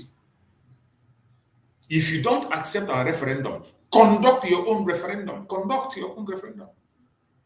Conduct it. Our Prime Minister said it time and time again. It's either you adopt a referendum or you conduct yours and allow us to go. And if Biafra choose to stay, then you will know. No lasting solution can exist without addressing the root problem in this world republic. The problem of safety, the problem of justice, the problem of inclusion. And from all indication, nobody wants to address this. Because unity without safety is fragile. And peace without justice is temporary. Any peace, you are brokering peace without justice, it is temporary. That's why you see this de-radicalization of Boko Haram. You will say you de-radicalize terrorists and you put them into the army without any justice. You don't allow them to face justice. And you allow the people, they kill their family members, they destroy their homes, they send them to IDP camp. The people will be there, be watching them. You bring them out and you introduce them to the army. You are paying them salary. You are sending them to Saudi Arabia. And you are talking about unity. Unity with who? Unity with who? Unity in injustice? You are talking peace. Peace with who? Peace without justice is temporary. And that is why when we say Nigeria is irredeemable, it is not just a mere word. It is a fact based on things we have seen and heard. It is very clear that Nigeria can never ever be redeemed. Nigeria can never be redeemed. It is very urgent that every one of us should put our hand in the dirt today and make sure that Nigeria is broken and people should go their separate ways and build the life that they want. There is no time anymore. There is no time anymore. Time is not on our side, not anymore. How many people more need to die? How many people more need to kidnap? How many people need to disappear more before they will have our freedom? Every day that passes without meaningful action, tension continues to grow. Every blessed day, tension continues to grow. Fear continues to grow. Frustration continues to grow. Right, left. Go to social media, you will see frustrated people. Everybody's frustrated. Tension everywhere. People running away from their village. Entire villagers leaving the whole village in a country that has a government and they do nothing. They do nothing. Bandits issue ultimatum, coming to threaten people every day. Give a date of coming, give a letter, and they come.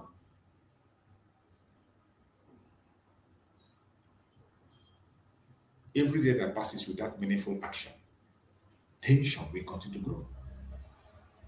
Fear will continue to grow. Frustration will continue to grow. And when these things grow unchecked, they lead to outcome no one wants. What is coming in Nigeria, nobody can handle it. Nnamdi Kanu said it, that Nigeria is going to be worse than Somalia. It is already worse than Somalia. In case you don't know.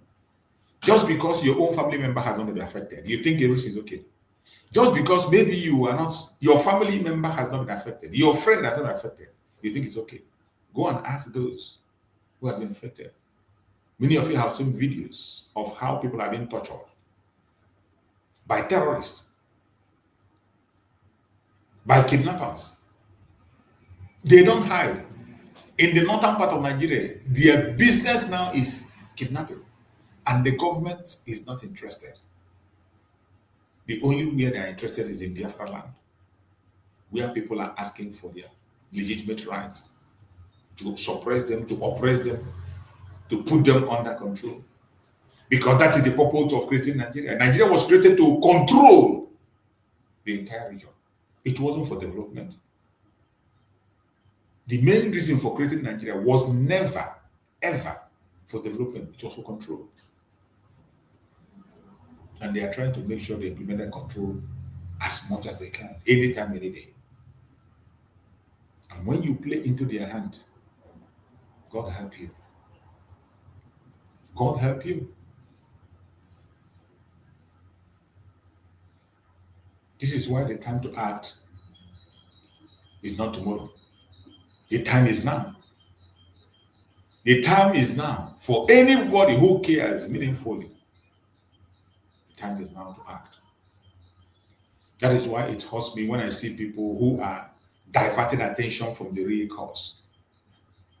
When I see what some Biafrans are doing today, diverting their attention. I saw the woman that the Nigerian government is sponsoring to fight Mazin Nanigan and Mazin Simon Eba, the one that called herself Lord. I saw in her present video where she was trying to draw a comparison between Mazin Nanigan and Mandela. And in her comparison, she was talking about NNC, what did they call it? The South African party that was NNC that was with Mandela. IPOB is not a political party. IPOB is not a political party. And every time she makes her argument, it shows me where she's coming from. When Mazi Simon talked about IPOB in Nigeria, a political pressure group, these are the people the government have paid to turn IPOB into a political pressure group. That is why she tried to compare IPOB with NNC, a political party in South Africa that was in the front line of projecting whatever they want.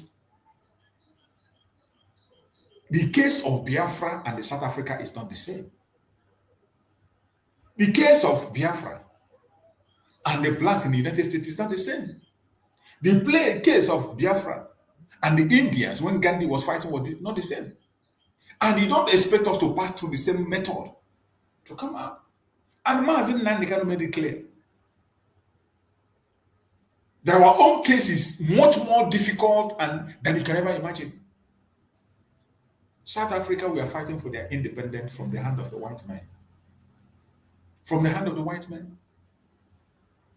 Through a political party. NNC or whatever they call it. Through a political party. But our own case is fighting for our freedom from a fellow black man. Our own case is not the same with that of South Africa. And the indigenous people of Biafra is not a political party. She was trying to draw a comparison with a political party, and she was saying, was Mandela controlling the political party from prison? IPOB is not a political party. She was trying to take a name that somebody who was controlling, look at the person who was controlling NNC when Mandela was inside. The party she was calling is a political party. It is not a group. It is not like IPOB, the indigenous people of Biafra. It is not. It is not. IPOB is not a political party. Has never been. Mazin, they have tried everything to make Mazin Nnamdi Kanu turn IPOB into a political party, and he said no. Mazin Simon also said it. It is not a political party. And Mazin made it clear that we are not going to fight for Biafra the same way the South Africans fight for the apartheid. What they were fighting for different, in as much as it's all the fights we are headed to freedom. But people, the cause of the fight were different. The problems and challenges were different. The challenges of the South Africans then was different. Challenges of blacks in the United States were different. Challenges of the Indians were different. So her drawing that, and even as at that, In that same political party, did you see any one of them came to campaign against Mandela? Did you see any one of them come publicly to challenge or challenge Mandela? None of them challenged Mandela. Mandela remained the figurehead. Mandela remained the figurehead, even while this time. And politically, and how political things have been done, he cannot be there. There are organizations outside, people that have already been elected, even with his own endorsement, the endorsement of that Mandela endorsed them. And they continue to run their party. But I tell you, IPOB is not a political party. This is one of the things they try to do. They told Mazi Nnamdi Kanu. Nigerian government told Mazi Nnamdi Kanu to turn IPOB to a political party, contest for governor, contest for president, contest. And Mazi Nnamdi Kanu said, no, it will never happen. Today, they have introduced people today who want to make IPOB a political party. It was Mazi Simon Agara, first of all, identified it and said that they want to make IPOB a political pressure group. And today you have seen it. Is it not what they are trying to make IPOB? Political pressure group. And every time that woman, Lolo Neka, speak, I don't know why people still pay attention to her. A paid agent of Nigeria. Number one thing that confirms that she is paid by Nigeria is that you cannot be in Nigeria and you are supporting a proscribed group by Nigeria and they leave you. No. More especially an Igbo person promoting IPOB in Nigeria and they leave you. It is not possible. It is not, they will not leave you, no matter who you are. Why do you think that all these politicians are afraid of talking about IPOB? So many of them have it in their heart, but they cannot even talk about it. You see what they are doing they were doing to what is he called? This man in the Senate. You saw what they were doing to him when he was kind of supporting IPOB. That is why every one of them hates him. They attack him at every given instances. The one that's too shorty for Mazi Nnamdi Kanu, the one they pushed to come and start short Mazi Nnamdi Kanu, which was all manipulation. So how can you now be in Nigeria and you are promoting IPOB, a proscribed group? It is now becoming very clear who she is working for. Every one of us saw when, what did they call? When this one they call Seibo came out and told us that IPOB is now working with them. Every one of us saw it. In case you didn't see it, Seibo come and say that IPOB is now working with them. We saw the video. It went viral. It went everywhere.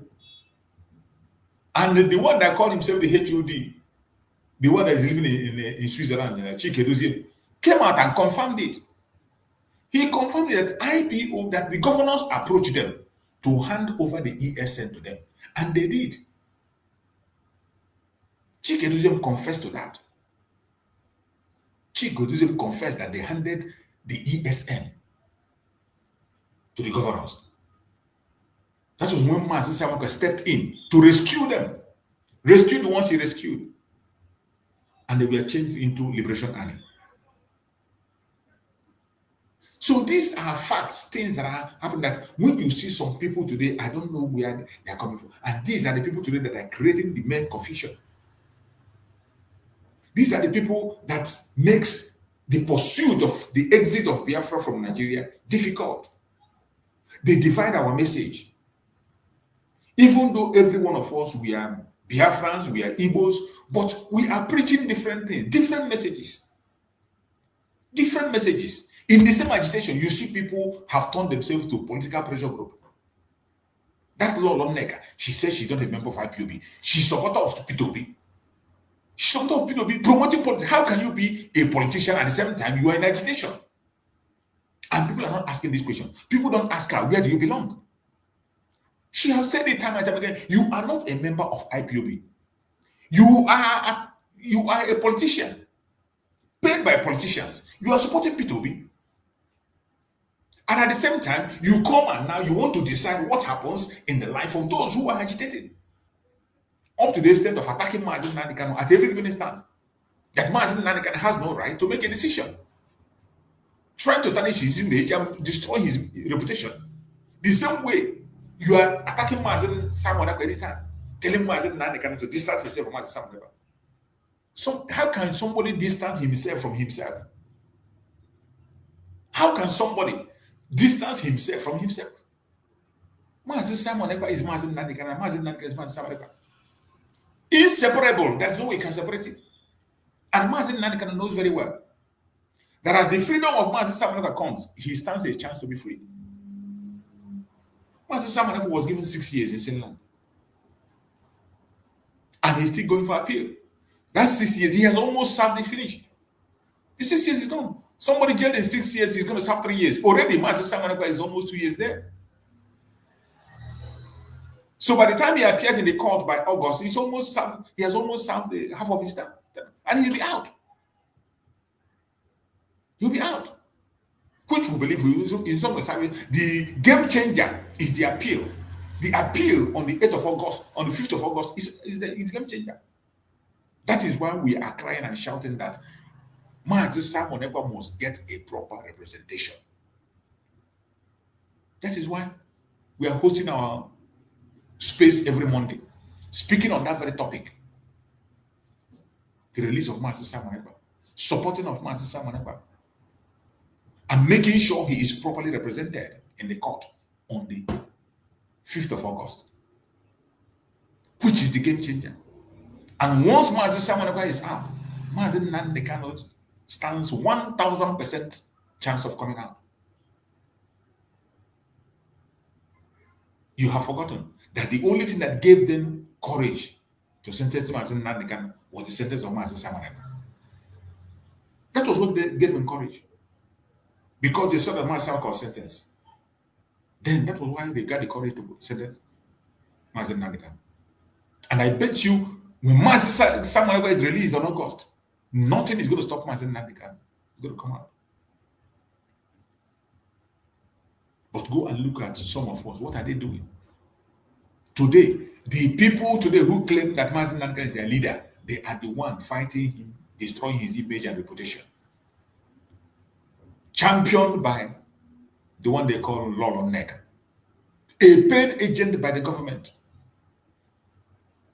And my question is always straight to her. Who is bankrolling her? Who is paying for that channel that she's going to broadcast almost every 2 days? That media where they give her to broadcast once, 2 times in a week to support a prescribed group. Who is paying for that? Who is paying for her airtime there? Who is bankrolling her? People are not asking questions, and still yet some people will go there and listen to her.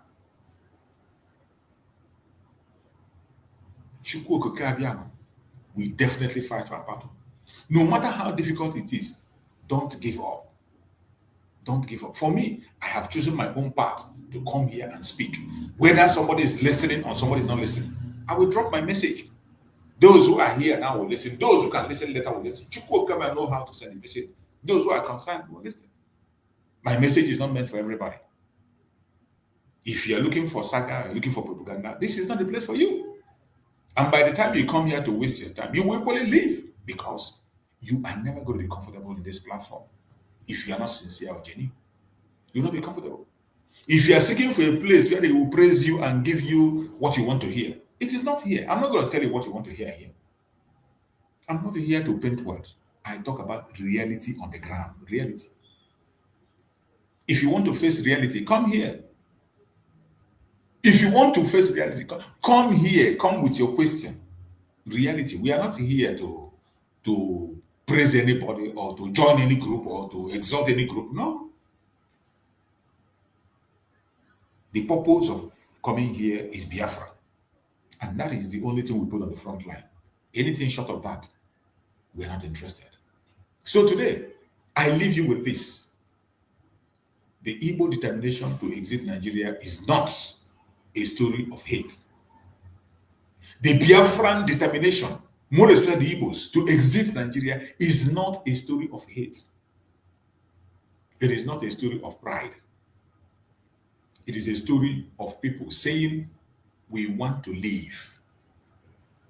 That's what it is. It is a story of survival. People who are determined to survive. That is why we are doing what we are doing. It is the story of a people saying, we want to live, and no human being should ever have to fight to prove their right to exist. Why do we have to fight to prove that we have the right to exist? A natural right given to every human being, that you have the right to exist and live wherever you are. You have the right to life. From the moment you enter this planet, wherever you land, you have the right to life. So, why do we have to prove that we have the right to live every time? Why? Every time. This is the fight of every Biafra. More especially Igbo man. No human being should ever have the right to prove their right to exist. The world must listen to us. The world must pay attention to our plight. The world must act before it is too late. They must act before it is too late. If you believe in justice, if you believe in humanity and dignity, then do not stay silent. Speak. Share this very program. Share it and make it go viral. Engage. Put your opinion on the comment section, because history is watching, and the choice we make today will define the future we have behind. The choice we make today will define the future we leave behind. Very important. Don't ever forget it. May Chukwu Okike Abia continue to guide and protect all of us. If you have not shared this program, make sure you give a thumbs up, like, and share. And also subscribe if you're not yet subscribed. And Chukwu Okike Abia will continue to guide us. Go to the comment section, drop your thought. Don't ever forget that in this battle, we are going to fight it until we win the battle. It does not matter what the enemies are saying. Their propaganda and their blackmail doesn't matter. What matters is that we know who we are. We know why we came. And we will never give up. My fellow dear friends, before we round up, I will bring up our Supreme Leader, Nnamdi Kanu's message once again for us to hear him once again. As I said, I will always give him a voice in this platform. Likewise, Master Simon Eber, I will always give him a voice in this platform. There is nothing anybody can do about that, because they are the one that brought us this far. They brought us this far, and we need to appreciate them. We must continue to appreciate what they have done for us. And we will keep reminding you of things you have forgotten. Many of us have forgotten the messages they left for us. And that is why we have to go back and bring back those messages. We'll bring back those messages to touch your conscience. And I pray that Chukwu Okike Abia will guide and protect every single one of us. Chukwu Okike Abia will guide and protect our leaders. Chukwu Okike Abia will lead us to the right path. We shall never lose. We shall definitely overcome. Let's listen to our screener.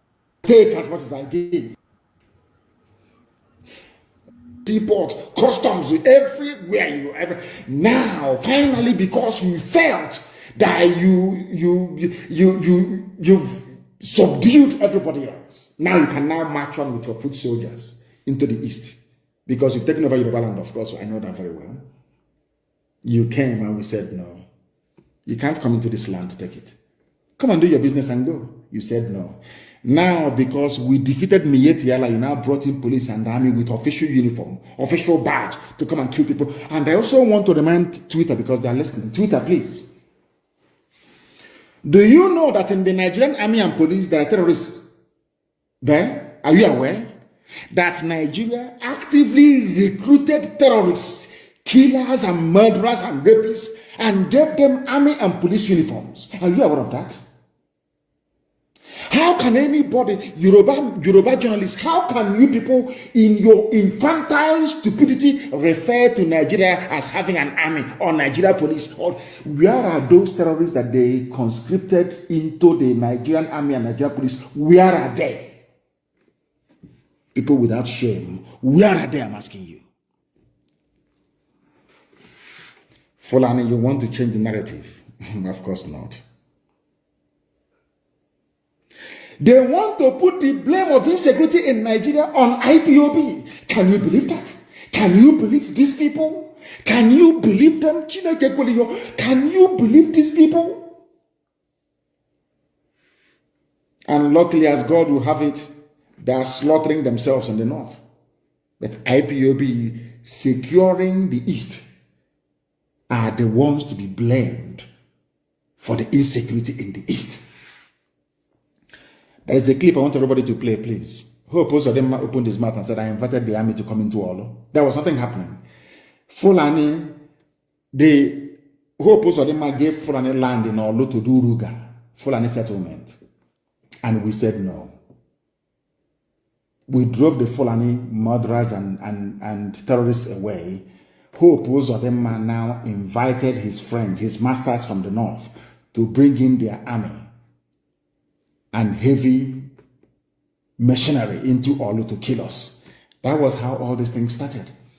All of you, you have forgotten. My black people in this UG, black, you have all forgotten the Genesis. The same way that all of you that are blaming Boko Haram is a terrorist group, Boko Haram, what they're doing. That when Nigerian police were busy killing their leader and killing everybody else, all of you were just there drinking Fradinunu. Or doing betting on Chelsea versus Man U, or Liverpool versus Man City. Nigeria army and police will go out and commit atrocity upon atrocity. All of you will be there, you keep quiet. Any day, those people out of anger rise up and retaliate. All of you baboons and monkeys without writing rubbish. Do you know why? Because you have no conscience, you have no soul, you're a black person, you are the embodiment of evil. Is the truth. I don't care who bans whoever or whatever, I don't give a toss. I must preach the truth. Black people are wicked. By nature, very wicked people. That is why you forget the atrocities that your police and your army always commit. You forget. In a twinkle of an eye, you forget. Our army, our police. Now listen to me very carefully, please. You are blaming ESN, whereas it is the same Fulani terrorists masquerading as headsmen that are responsible for orchestrating all the insecurity in and around Nigeria. Fulani, you have Boko Haram. Fulani, talking about insecurity in the east. Hey, whereas 91 people were slaughtered yesterday they were killed yesterday. You have the guts. You people have no shame. You have the guts to stand up and be talking about insecurity in the east. And you're a senator from Kebbi State or Kebbi, whatever they call it. And 91 of your constituents were slaughtered. You didn't see it. You're talking about east. Fulani, who formed Boko Haram. Fulani, who formed ISIS in West Africa province, ISWAP. Fulani, who formed Miyetti Yala. Fulani, who formed Ansaru. Fulani, who formed these headsmen and bandits you claim are foreign. Fulani, who brought out murderers and killers and terrorists from prison and gave them military and police uniforms. It is you people. You have now spread them around the country, causing mayhem, abducting people from schools. These are the same place. Hey, this people there. Ha, Fulani, you think everybody's as stupid as you are? You go, you kidnap students from their schools in the north, you get ransom, you buy more arms, you embolden yourselves. You have the guts to conduct a live press conference talking about insecurity in the East. Don't people have shame? Anyway, you don't. Who are the bandits, or should I say terrorists, taking hostages of school children and demanding ransom. Are they not Mieti Yala? Mieti, the chief negotiator. Who are the people destroying farms, raping and killing their victims daily around Nigeria? Fulani. Fulani. You know what? How they managed to convince some of you is what I find astonishing. Despite the overwhelming evidence, how they managed to convince you people that they mean well for you is something I can't understand. It was in Nigeria that I discovered the reason why the black race were enslaved and colonized at the same time. After slavery came colonization. After colonization, now we are in the era of neo-colonization. If you want to know why a black man is easier to control than an animal, come to Nigeria, you will see it. You see, Punch newspaper is a Yoruba newspaper. Tribune is Yoruba. Nation is Yoruba. In fact, most major newspapers, they have this Yoruba leaning because most of them are based in and around Lagos, including Sun, Vanguard, all the rest of them. Unbelievable. They know that their forests and their lands have been taken over by the Fulani. The journalist writing their rubbish for Punch newspaper, he cannot go back to his village. Most of them in Ogun State are refugees in Benin Republic. The person, you will have the guts to come on national television to talk about insecurity in the East. Whereas your fellow Yoruba people, they are in Benin Republic as refugees, driven away by Fulani. But because I said that no Biafran will go and dwell in a refugee camp anywhere, instead we all perish. You are calling me the instigator of insecurity. Let me tell my Yoruba journalists one thing they don't understand. If we had behaved like you people, by today we will have Biafrans in Ambazonia as IDPs.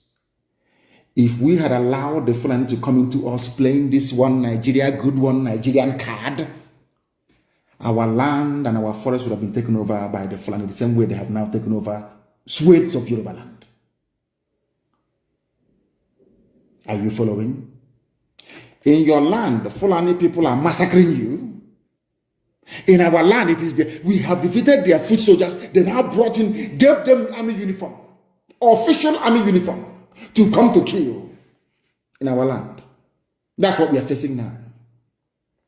Because the Fulanis, they think they're clever, but they are not. One day we'll get one terrorist with uniform, and we will show the whole world what they have been doing. Fulani terrorists are everywhere, you must understand. They are the military and the police. Nigeria has no military, it has no police. What you have are terrorists, Fulani terrorists in uniform, that's what you have. No Fulani leader, I have never come across any Fulani leader condemn me yet, never, ever, ever. But one of them, the East must speak up. Silence is no longer golden. Speak up now, speak up now. Have you ever spoken up against Mietiala? Have you spoken in the past against them? Against your friends in Boko Haram and ISIS in West Africa that are considered even more deadly than Boko Haram? No, you have not. But you want Eastern leaders to rise up and speak against those that drove away your terrorists from our forests. Does that make any sense to you? Of course not. No Fulani leader has ever condemned what their people are doing. The same people are today threatening us. Fulani rulers trade with genocide. Activities of ESN is the reason why we are coming. You are angry because we defeated your foot soldiers in the forest. We drove you terrorists away from our land. That is why you're upset. Once in a while, you give them uniform, army uniform to come and kill people. That's all you do. Any Any day we respond now, we capture them or we kill them, you run to Twitter. Can you see they are killing Nigerian soldiers and the police, our security architecture? But you cannot speak the truth by telling the whole world that these same people were once terrorists or are still all terrorists even till now. Do you understand what I'm saying? Do you see why we are agitating for Biafra? Why we don't believe in Nigeria? Why Nigeria will be destroyed beyond repair? Because Nigeria is a criminal enclave. It is not a nation, it's not a country. It's a place full of black people who cannot reason properly. It's as simple as that. Because if you can reason properly, please, you can see the handwriting on the wall. Who are the terrorists in Nigeria? Who brought insecurity into Nigeria? Is it not the Fulani? Without Fulani people raping and killing in our land, Ozowan in case you have forgotten, Nimbo in case you have forgotten, in Ebonyi, in Cross River, in rivers, everywhere they were killing, pillaging, raping and looting. Have you all forgotten why ESN came? You have all cleverly forgotten. Black people, the COG. And they are so-called political elites. Everybody wants to be politically correct. Everybody wants to be politically correct. Everybody wants to please Fulani because of 2023. Because they control INEC, they control CBN, they control everything. Your political future. In fact, if they can put this on in power, what can they not do? All of you were there claiming, this is our nation, Nigeria, without shit. You people, you disgust me. Supreme Court of Nigeria imposed a ban on the people of Imo. A man that came forth during election. He was imposed. And they asked Supreme Court of Nigeria, where did you get all this number of voters, given the fact that INEC register doesn't tally with the figures you're pronouncing? And by law, the same INEC they claimed they met a few days ago, we are not happy, our offices are being burnt, what is happening now is not good.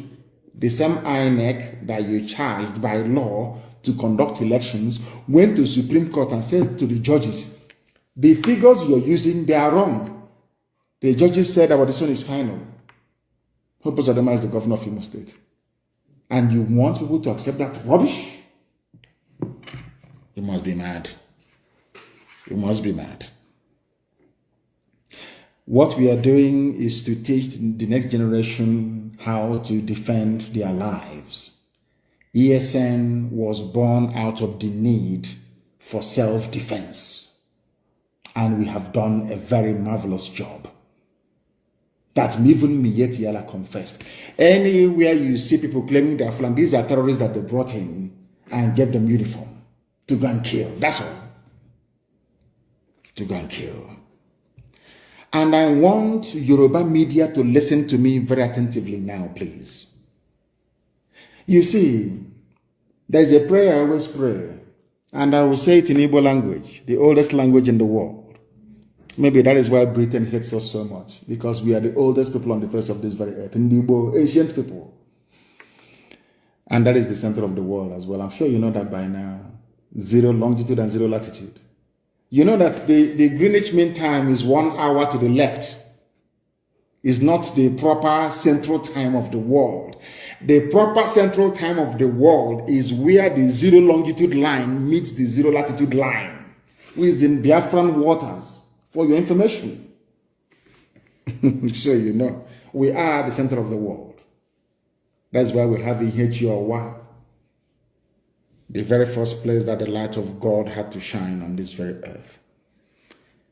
Gani Adams, Iba Gani Adams, the Are Onakakamfo of Yoruba land, on Sunday said, that's today, with the killing of over 50 people in Eganga town, Ibarapa, Okogun area of Oyo State, it is evident that war is imminent in the country. Please, the Twitter, listen to me. Who killed Yoruba people in Oyo? Are they bringing... You know, sometimes some intellectuals and efulefus, they look for their own to blame all the time. I want to ask them a question. The RA, the war commander, the generalissimo of Yoruba land is Eba Gani Adams. Earlier today, he said that war is imminent in the country.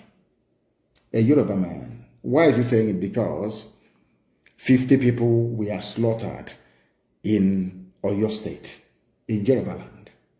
But a Yoruba journalist writing for Punch or writing for whoever is still talking about one Nigeria, our country, Nigeria, this is our nation, let's move forward. But in his village, people are falling down like flies. Are you following? I want to ask the world now, who are the people responsible for the slaughter? Yesterday was 91, today is 50. In Oyo, one Nigeria, isn't it? Let's move our country forward. We Nigerians, we have to attack Twitter. We Nigerians. Fulani is singing the mantra of one Nigeria, and you're joining them, facing the altar, singing one Nigeria from the back. They are slaughtering you from the back. They are slaughtering you from the back. When you speak, hey, it's hate speech, it's incendiary, it's insightful. They bought over Google, you know. Nigeria bought Google. They put in so much money in Google. You don't know that. Because of IPOB and Nnamdi Kanu. So much money in Google. If you go to Google now, the number one, if you Google Nnamdi Kanu, if you go to Google and you write in Nnamdi Kanu, the first thing you will see, Nnamdi Kanu's tweet removed for insightful statement. Up to 4 or 5. Every other thing I say, no. Mankind is evil, honestly speaking. I'm telling you the truth. Even Google was bought over. They bought over. That one loves money. They gave him money, Zuckerberg. And he took money and handed over Facebook to Lai Mohammed in the zoo. Anything you write. If they kill us, you publish the pictures, no, they ban you. You talk about it and they ban you. That is why everybody must be on Twitter. I've told you that before. And the events of the past few days have justified my call for each and every one of you to go and open a Twitter account. Be on Twitter. Everybody must be on Twitter. That's where you do the damage to the zoo. That is why they're crying and complaining and lamenting every blessed day. I will not let him go. Forgot all the nonsense, all the noise on the pages of newspapers and all that rubbish and on channels. Ask about bunkum. As if it will matter to us. It doesn't matter to me. It doesn't matter to me what you write, what you say, what you gossip is irrelevant to me. You know that very well, don't you? Eba Gani Adams said he condemned the gruesome murder of innocent residents of the town and warned Fulani headsmen and bandits to stay away from the southwest or be ready to face stiff resistance. Aha! Tomorrow now, when maybe OPC, when they now get together to resist the Fulani, you claim that OPC is looking for war. But Fulanis are there now slaughtering them, isn't it? All of you are hypocrites. The killings happened in the early hours of Sunday and brought the entire Igaga town and its environs to its knees, with over 50 people dead, cars burnt, and over 20 houses burnt. That's their signature. Burning of houses. Do you people know who actually brought in burning of houses into the, should I say, the thinking or mindset of Nigerians? Do you know who brought it in? It's the army, Nigerian army. They are the ones. They go to your house. They kill you. If you escape, they burn your house down. The same barrister Joffo, they attacked his house again last night to kill him. They came, was it not last year, and burnt his house. Do you know that Nigerian army went to Fela's house in those days? People talk about unknown gunmen, unknown goat, unknown cow, unknown pig. Who started the phenomenon of unknown? Nigerian government under Obasanjo. They sent soldiers to go and kill Fela and his mom. They went to Fela's house after causing the death of the mother, of course. They burnt the place down. Nigerian army. They asked them, who did it? They said, unknown soldiers. All of you have forgotten. These are black people that don't read. You don't even know history. They asked Obasanjo who were the people responsible for invading Fela's home, Fela and Nicolas Bokuti, his home. They said it's unknown soldiers. Oh, dear me.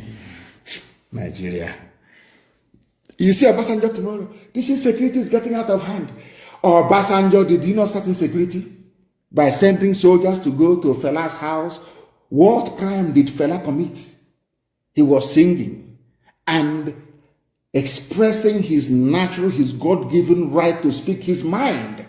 Obasanjo, you today talking rubbish, insecurity, and we need the bitterness in the land. Why did you send soldiers to go and kill Fela and the mom? When they failed, they burnt the place down. Nigerian army, yes. It was Nigerian army that started this very, the concept of burning down people's houses. Nigerian army, yes. Nigerian army, yes. The army of Nigeria. Our boys, as some of you will foolishly claim now and again. They killed Yoruba people 50 yesterday. The same way they went to Benue State and killed Igbo people the other day. When we go there now to confront them, people say, hey, ESN is here. They are destabilizing the polity. Oh, talking rubbish. Why is it that when Fulani people are killing people, all of you are quiet? When the people rise up to retaliate, you start talking rubbish. All of you. You start writing to Twitter. Lai Mohammed was upset because he wrote to Twitter on 4 occasions for Twitter to ban my account. And Twitter said no. You don't know that? 4 times they wrote. Ministry of Information and Culture, signed by Lai Mohammed to Twitter, ban Nnamdi Kanu. Twitter said no on 4 occasions. But they called Facebook. You know, Facebook, they have Nigerians working for them. Bribery and corruption, get them money. Anything you see that is Biafra, pull it down. And the idiot doing work for Facebook, pulling all Biafran posts down in his village in Ibarak, but they have killed 50 people. I can see I can see that hand with which you have used to write that poisonous epistle on the pages of Punch newspaper. You will put it inside your mouth and you become contaminated. Ibarapa is an example. Yoruba land is under siege by the Fulani. And you're writing about the East. I know that Ibagani Adams will do the obvious. They even destroyed the palace of the Oba of Ashigagan, of Igaga land. Oba Adewusi Olaoye. His house was not spared. And the monarch has been whisked away by the bandits. They even took a Yoruba traditional ruler, an Oba in Yoruba land, Fulani. Your friends, your friends in one Nigeria, keeping Nigeria one, moving ahead, yes? They took your Oba. Fulani bandits took your Oba. In the East, you have their soldiers disgracing our traditional rulers, as they did in the coastal region. They know what they're doing. Can they do that into an airman in the north? Can they try it? Of course, the answer is no. Because all of you people, you tolerate Fulani Janjaweedism under the guise of one Nigeria. They are flying your flag, green, white, green in front of you, but inside they're destroying you. But you don't know. Very, very sad indeed. It's very difficult to sound presidential or to sound statesman-like when you're discussing Nigeria because the whole place is disgusting. Nigeria is disgusting. They never spoke the language that they're terrorists. Why don't you now come out and say the killing in Oyo State is bad? We are going to treat them in a language they understand. Why not? It's only in the East. And Yoruba journalists, they support this junk coming from these people. That is the reason why they come to your land and they massacre people. Because you support evil. Tinubu has to be president. You people are jokers. That Biafrans are not in IDP camps today or refugee camps is because of the immense work that ESN is doing. And for record purposes, please, ESN is in the bushes and forests of Biafra land. We are not out on the street. All of you trying your best to link ESN with unknown gunmen, you're wasting your time.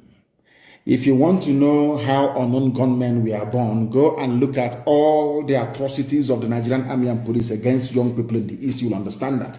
ESN is inside the bush, making it possible for you to sleep at night. ESN is not and will never be unknown gunmen. And without myself excusing the activities of these angry youths that have had their relatives murdered by the Nigerian state, it is the same Nigerian police and army that are complaining today that brought this brutality and lawlessness. And I'll ask them again, oh, what did those people do to you? Onisha, Emene in Enugu, have you all forgotten? Mbama River in Bayelsa. All the massacres you have carried out against young people in the East. What was their crime? What offense did they commit to warrant you to go to where they are praying and kill them? Nobody can answer that question. You think because you have money, you can bribe Reuters and bribe AFP and bribe Sky News and CNN and bribe Yoruba media and all that rubbish. You silence us, you're mad, you are insane, you cannot do it. There is something called the internet. Even if you ban us here, we go somewhere else. It doesn't matter, our message will keep going. Our message will keep going. Nigeria will buy over every company in the world, and our message will still be passed down to the people that need it most. ESN is not unknown gunmen and can never be. But we know how unknown gunmen started. Every day you kill people and you go scot-free. Today they have gone to a Jofa's house. They have shot dead a young man there today. When his relatives rise up tomorrow, pick up arms and start killing police, you start talking rubbish. In Iraq, you know you'll be talking jazz from your stupid, stinking Zoom out. You'll be talking rubbish. Nobody has condemned the killing of a young man in Barrister Jofa's house last night around 2:30 a.m. In fact, this morning, early this morning. Have you written about him? Now, the family of that boy will be asking, what did he do wrong? Did he commit any crime? So his crime is that he's in Barrister Jofa's house and you killed him. Tomorrow, when his brother or sister will pick up arms and start fighting the police, all of you, I don't know how to describe you demons. All of you demons will start talking your usual crap and rubbish. Zoo animals.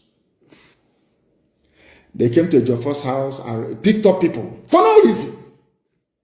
Now, Jofa is a barrister, registered with zoo courts and all the rest of it, doing his work as an attorney. What crime did he commit? What was his crime? I'm asking you. You want to kill him because he's Nnamdi Kanu's attorney. These are the people you want to be in the same country with.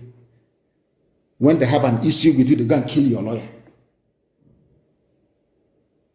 Look at Barrister Okorafor, that exposed the abduction, that exposed the genocide that took place in Obibo. They threw a hand grenade into the mother's car and blew the woman up. Okorafor went to go and bury the mother. They came there and they shot him as well. Luckily, he managed to escape with a bullet wound on his foot, his right leg. Are you aware of it? Tomorrow they say, our police are being attacked. Our army are being attacked. All that rubbish. When your army is busy attacking innocent people, all of you demonic animals in the zoo called Nigeria, you call... should I come on another? Next time you see Obasanjo, please ask him who brought unknown into the killings in Nigeria. He will tell you he did. Unknown soldiers going to Fela's house. Who burnt Fela's house? Is it Calcutta Republic or whatever it's called? Unknown soldiers under Obasanjo. That's Nigeria for you. They started insecurity. Fulani, this very regime of nepotism, this regime of backwardness, this feudal regime of mediocrity. They are the ones that started insecurity in Nigeria. Wicked souls. Wicked souls. Every time they deny. Let me tell you something about, Ahmed Gulag that was killed. Anyway, I'm not going to go into it because there was a man in the vehicle. He is an Ogoni man. An Ogoni man was with Ahmed Gulag in his vehicle. They don't do research, but we do. The Ahmed Gulag, the reason why they're killing everybody in the East. He was with another man riding in the vehicle. Where is that man? And I want him to speak publicly and tell the whole world what he told the police about the identity of the killers of Ahmed Gulag. There was a man riding, I don't want to mention your name. If you don't make a public statement within 2 days, I will mention your name. This man witnessed the assassination of Ahmed Gulag firsthand. And the man said to the police, he told the IG of police, the assassins were not Igbo. I want somebody to ask the police commissioner of Imo State to also ask the IG of police of Nigeria, did they get a first-hand account of what happened from a man that was riding in the same vehicle with Ahmed Gulag? Yes or no? It's a simple question. Zoo journalists, they are very lazy. I want them to go and ask the IG of police, was there any man riding in the same vehicle as Ahmed Gulag when he was killed? Did that man give you a statement? And what did his statement say? I am telling the world today that the man told the IG of police that those that killed Ahmed Gulag are not Igbo people. True or false? But all of you are busy writing rubbish. Daily Post, all these idiots writing junk.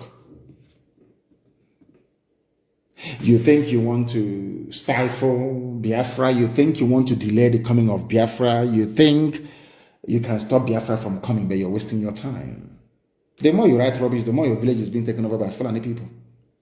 Hausa people, remember when you used to be called Hausa Fulani? We Hausa Fulani, but Fulani, they went to Kebbi State and slaughtered Hausa people.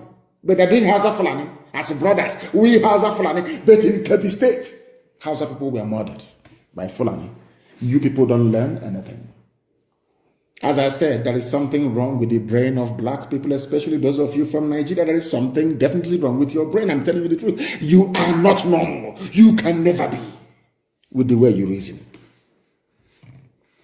I don't want to mention names, but that man, you must come forward to tell the world what is going on and to tell you how clever the Fulani think they are. Britain helped them to suppress Biafra by denying Ojukwu access to world media then. Okay? They are secessionists. The Oyibo are very clever people. No? They are very clever, I'm telling you the truth. There are people in California, in America, called Cal Exit. They want California to break away from the USA. They are not being called secessionists. They block Quebecois in French Canada. Nobody's calling them secessionists because they are white. But a white man came to my land and formed a country for me without my consent. And I'm saying to the Igbo man, Beture, this thing you formed here is not with my consent. I want to leave it. He's saying I'm a secessionist. I should be killed. He is a secessionist. Kill him. Beture said I should be killed because I challenged him and I said, this thing you created here is not a country for me. I can't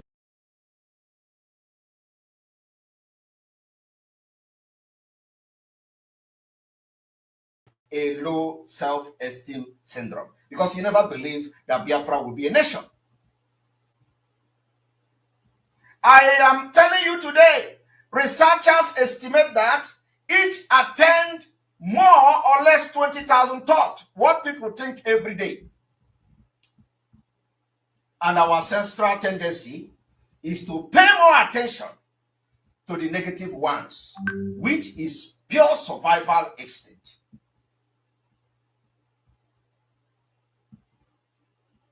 Biafra agitation is no longer tout, is no longer motor park. Professionals have joined the league. We are making impact and alliances all over the world. It is no longer because Biafra is here, it's no longer the time you say uneducated people are there. Those people are no longer in the forefront of the agitation. Most people with low self-esteem, though, are more prone to paying attention to the negative aspect of themselves. Their lives and external input, such as people and their situation. This is what Nigeria has offered you. Nigeria has made every Biafran to see himself or herself as a low self-esteem. And all you do is to see the negative impact of Igbo man. All you do is to see the negative part of Igbo man. You do not see the positive part. Upon the fact that Nigeria tells you, Igbo contribute the best. Igbo can change Nigeria. Igbo can do everything, turn it upside down and turn it to gold. Yet, you don't see that part of Igbo man. You don't see that part of a Biafran. You see the negative part of Biafra. Igbo man is this, Igbo man is that. But Nigeria is telling you, even as bad as Nigeria, Nigeria tells you that Igbo man is this. Yoruba man tells you Igbo man can change Nigeria. Hausa man tells you Igbo can convert anything. Every other tribe in Nigeria tells you about Igbo man. Only you, the Igbo man, that is see yourself as enemy of yourself. Yet, you don't understand the impact you would make in a nation that you are going to govern yourself with every blessing of God upon your life. Today, we have come to change the script. I want you can name this speech of the Nation Today address as changing the script. This is called negative confirmation bias. And it is quite like seeing the world and us in a true dark lenses, failing to pay attention to the positive. You fail to pay attention to the positive of Biafra people. When you talk about freedom, you say, oh, they are fighting on social media. How can they govern themselves? That is the negative part. You pick it, but yet you call Obi. Obi want to be a president. Obi want to do this and do that. Is Obi not also part of that negative part that makes you not to support Biafra? Don't worry. By the time Biafra come, you will take your bag and baggage and go to northern Nigeria and enjoy your north. Believe me, we will give you the opportunity.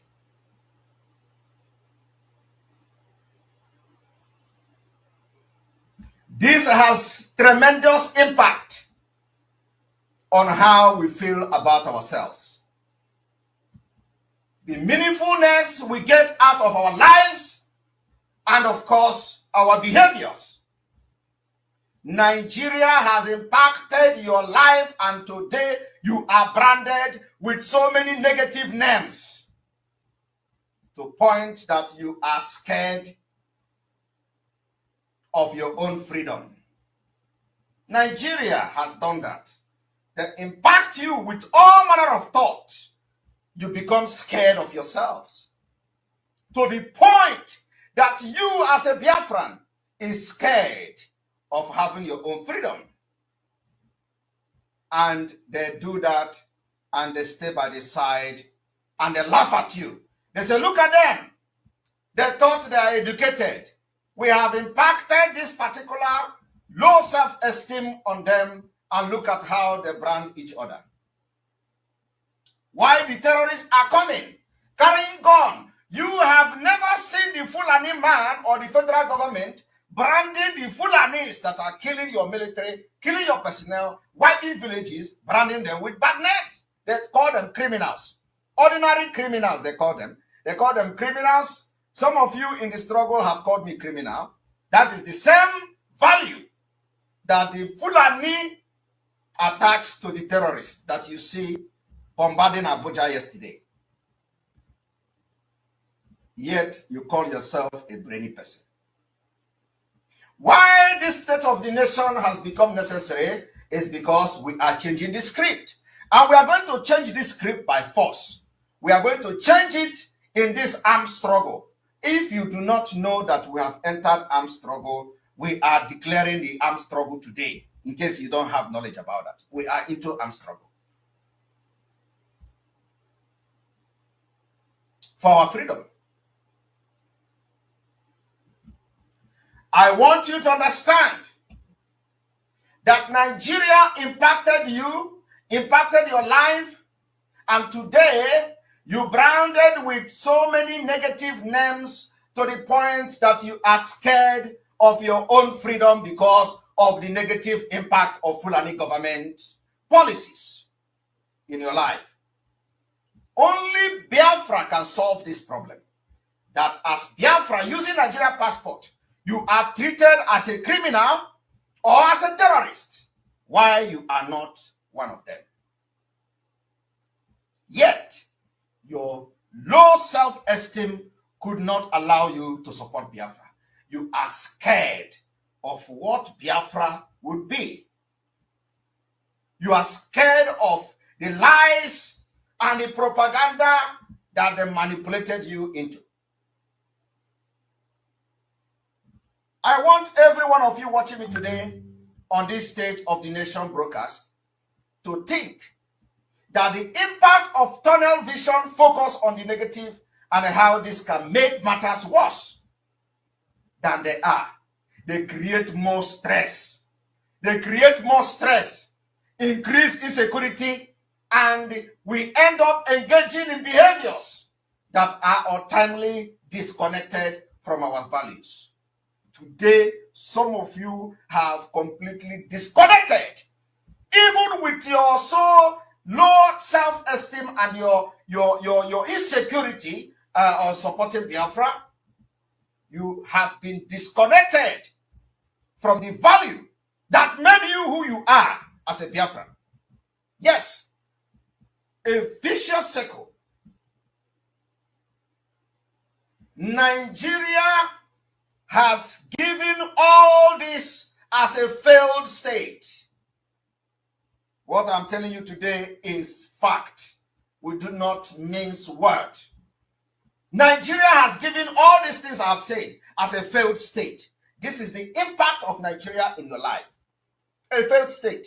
Today, when the Fulani terrorists were attacking Abuja, all of you were running scatter.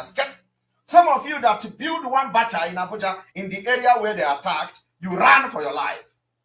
And the government were not there to help you. Because I want you to understand that no, the presence of Biafrans in that area are much. Just the way when they attacked church in Yoruba land, all of you were shouting, they have attacked Yoruba, they have attacked Yoruba church. Do you know the number of Biafrans that were casualties or victims in that church attack is higher than the number of Yorubas? Have you forgotten that almost all the people that were interviewed as a victim of that church attack were all Biafrans? Igbo-speaking Biafrans. Are you not aware? That is why we are now addressing every Biafran across Nigeria. A failed state without strong governance that plunge into disorder. Nigeria is an example of that. Violence and sponsoring terrorism against its own people and citizens. Nigeria, being a failed state, must end by 2000.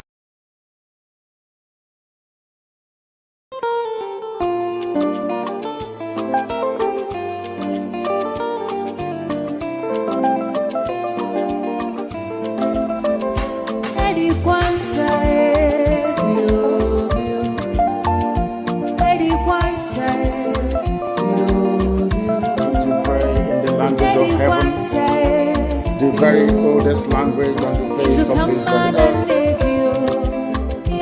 Chiko kikabia mapuni nene chineke ngende sona efewe na isiala mina ina koza hanso ya mbuni onye na jama we kana ntobe zali anyana ge farusi obona nege ole kali nene kale kama obona kale obia mende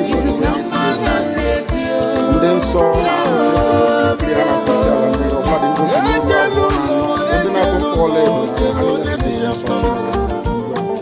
n'ụtụtụ a ehihie abalị n'ụwa niile wee na-arịọ gị mma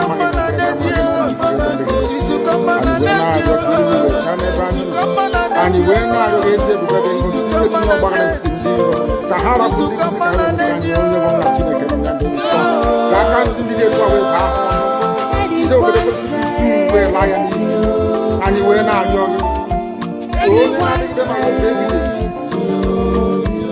biko nke iwe mee ka Biafra wee dị ọsọ ọsọ na nkede na ụmụ ga-adaba n'ahụ anyị wee na-arịọ gị iwe na-arịọ ịhụnanya nke pụrụ iche iwe etinye ụmụ ya ezi ụmụ ya nke anyị aka ajọ ihe n'ime ndụ anyị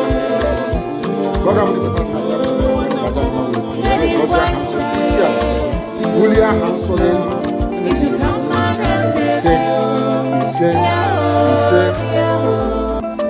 But you know what? They would like you to believe that America is the cause of it. No. I am the solution, and the only way they can get to you is by kicking me out, which is not possible. I have come. Look what you do.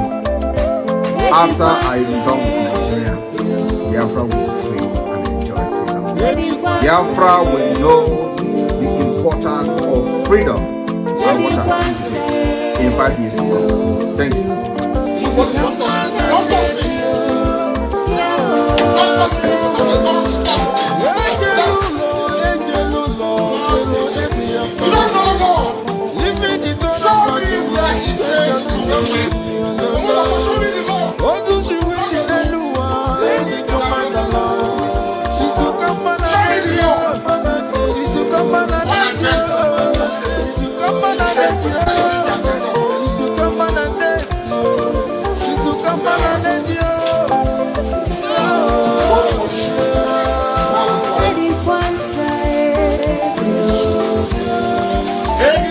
Any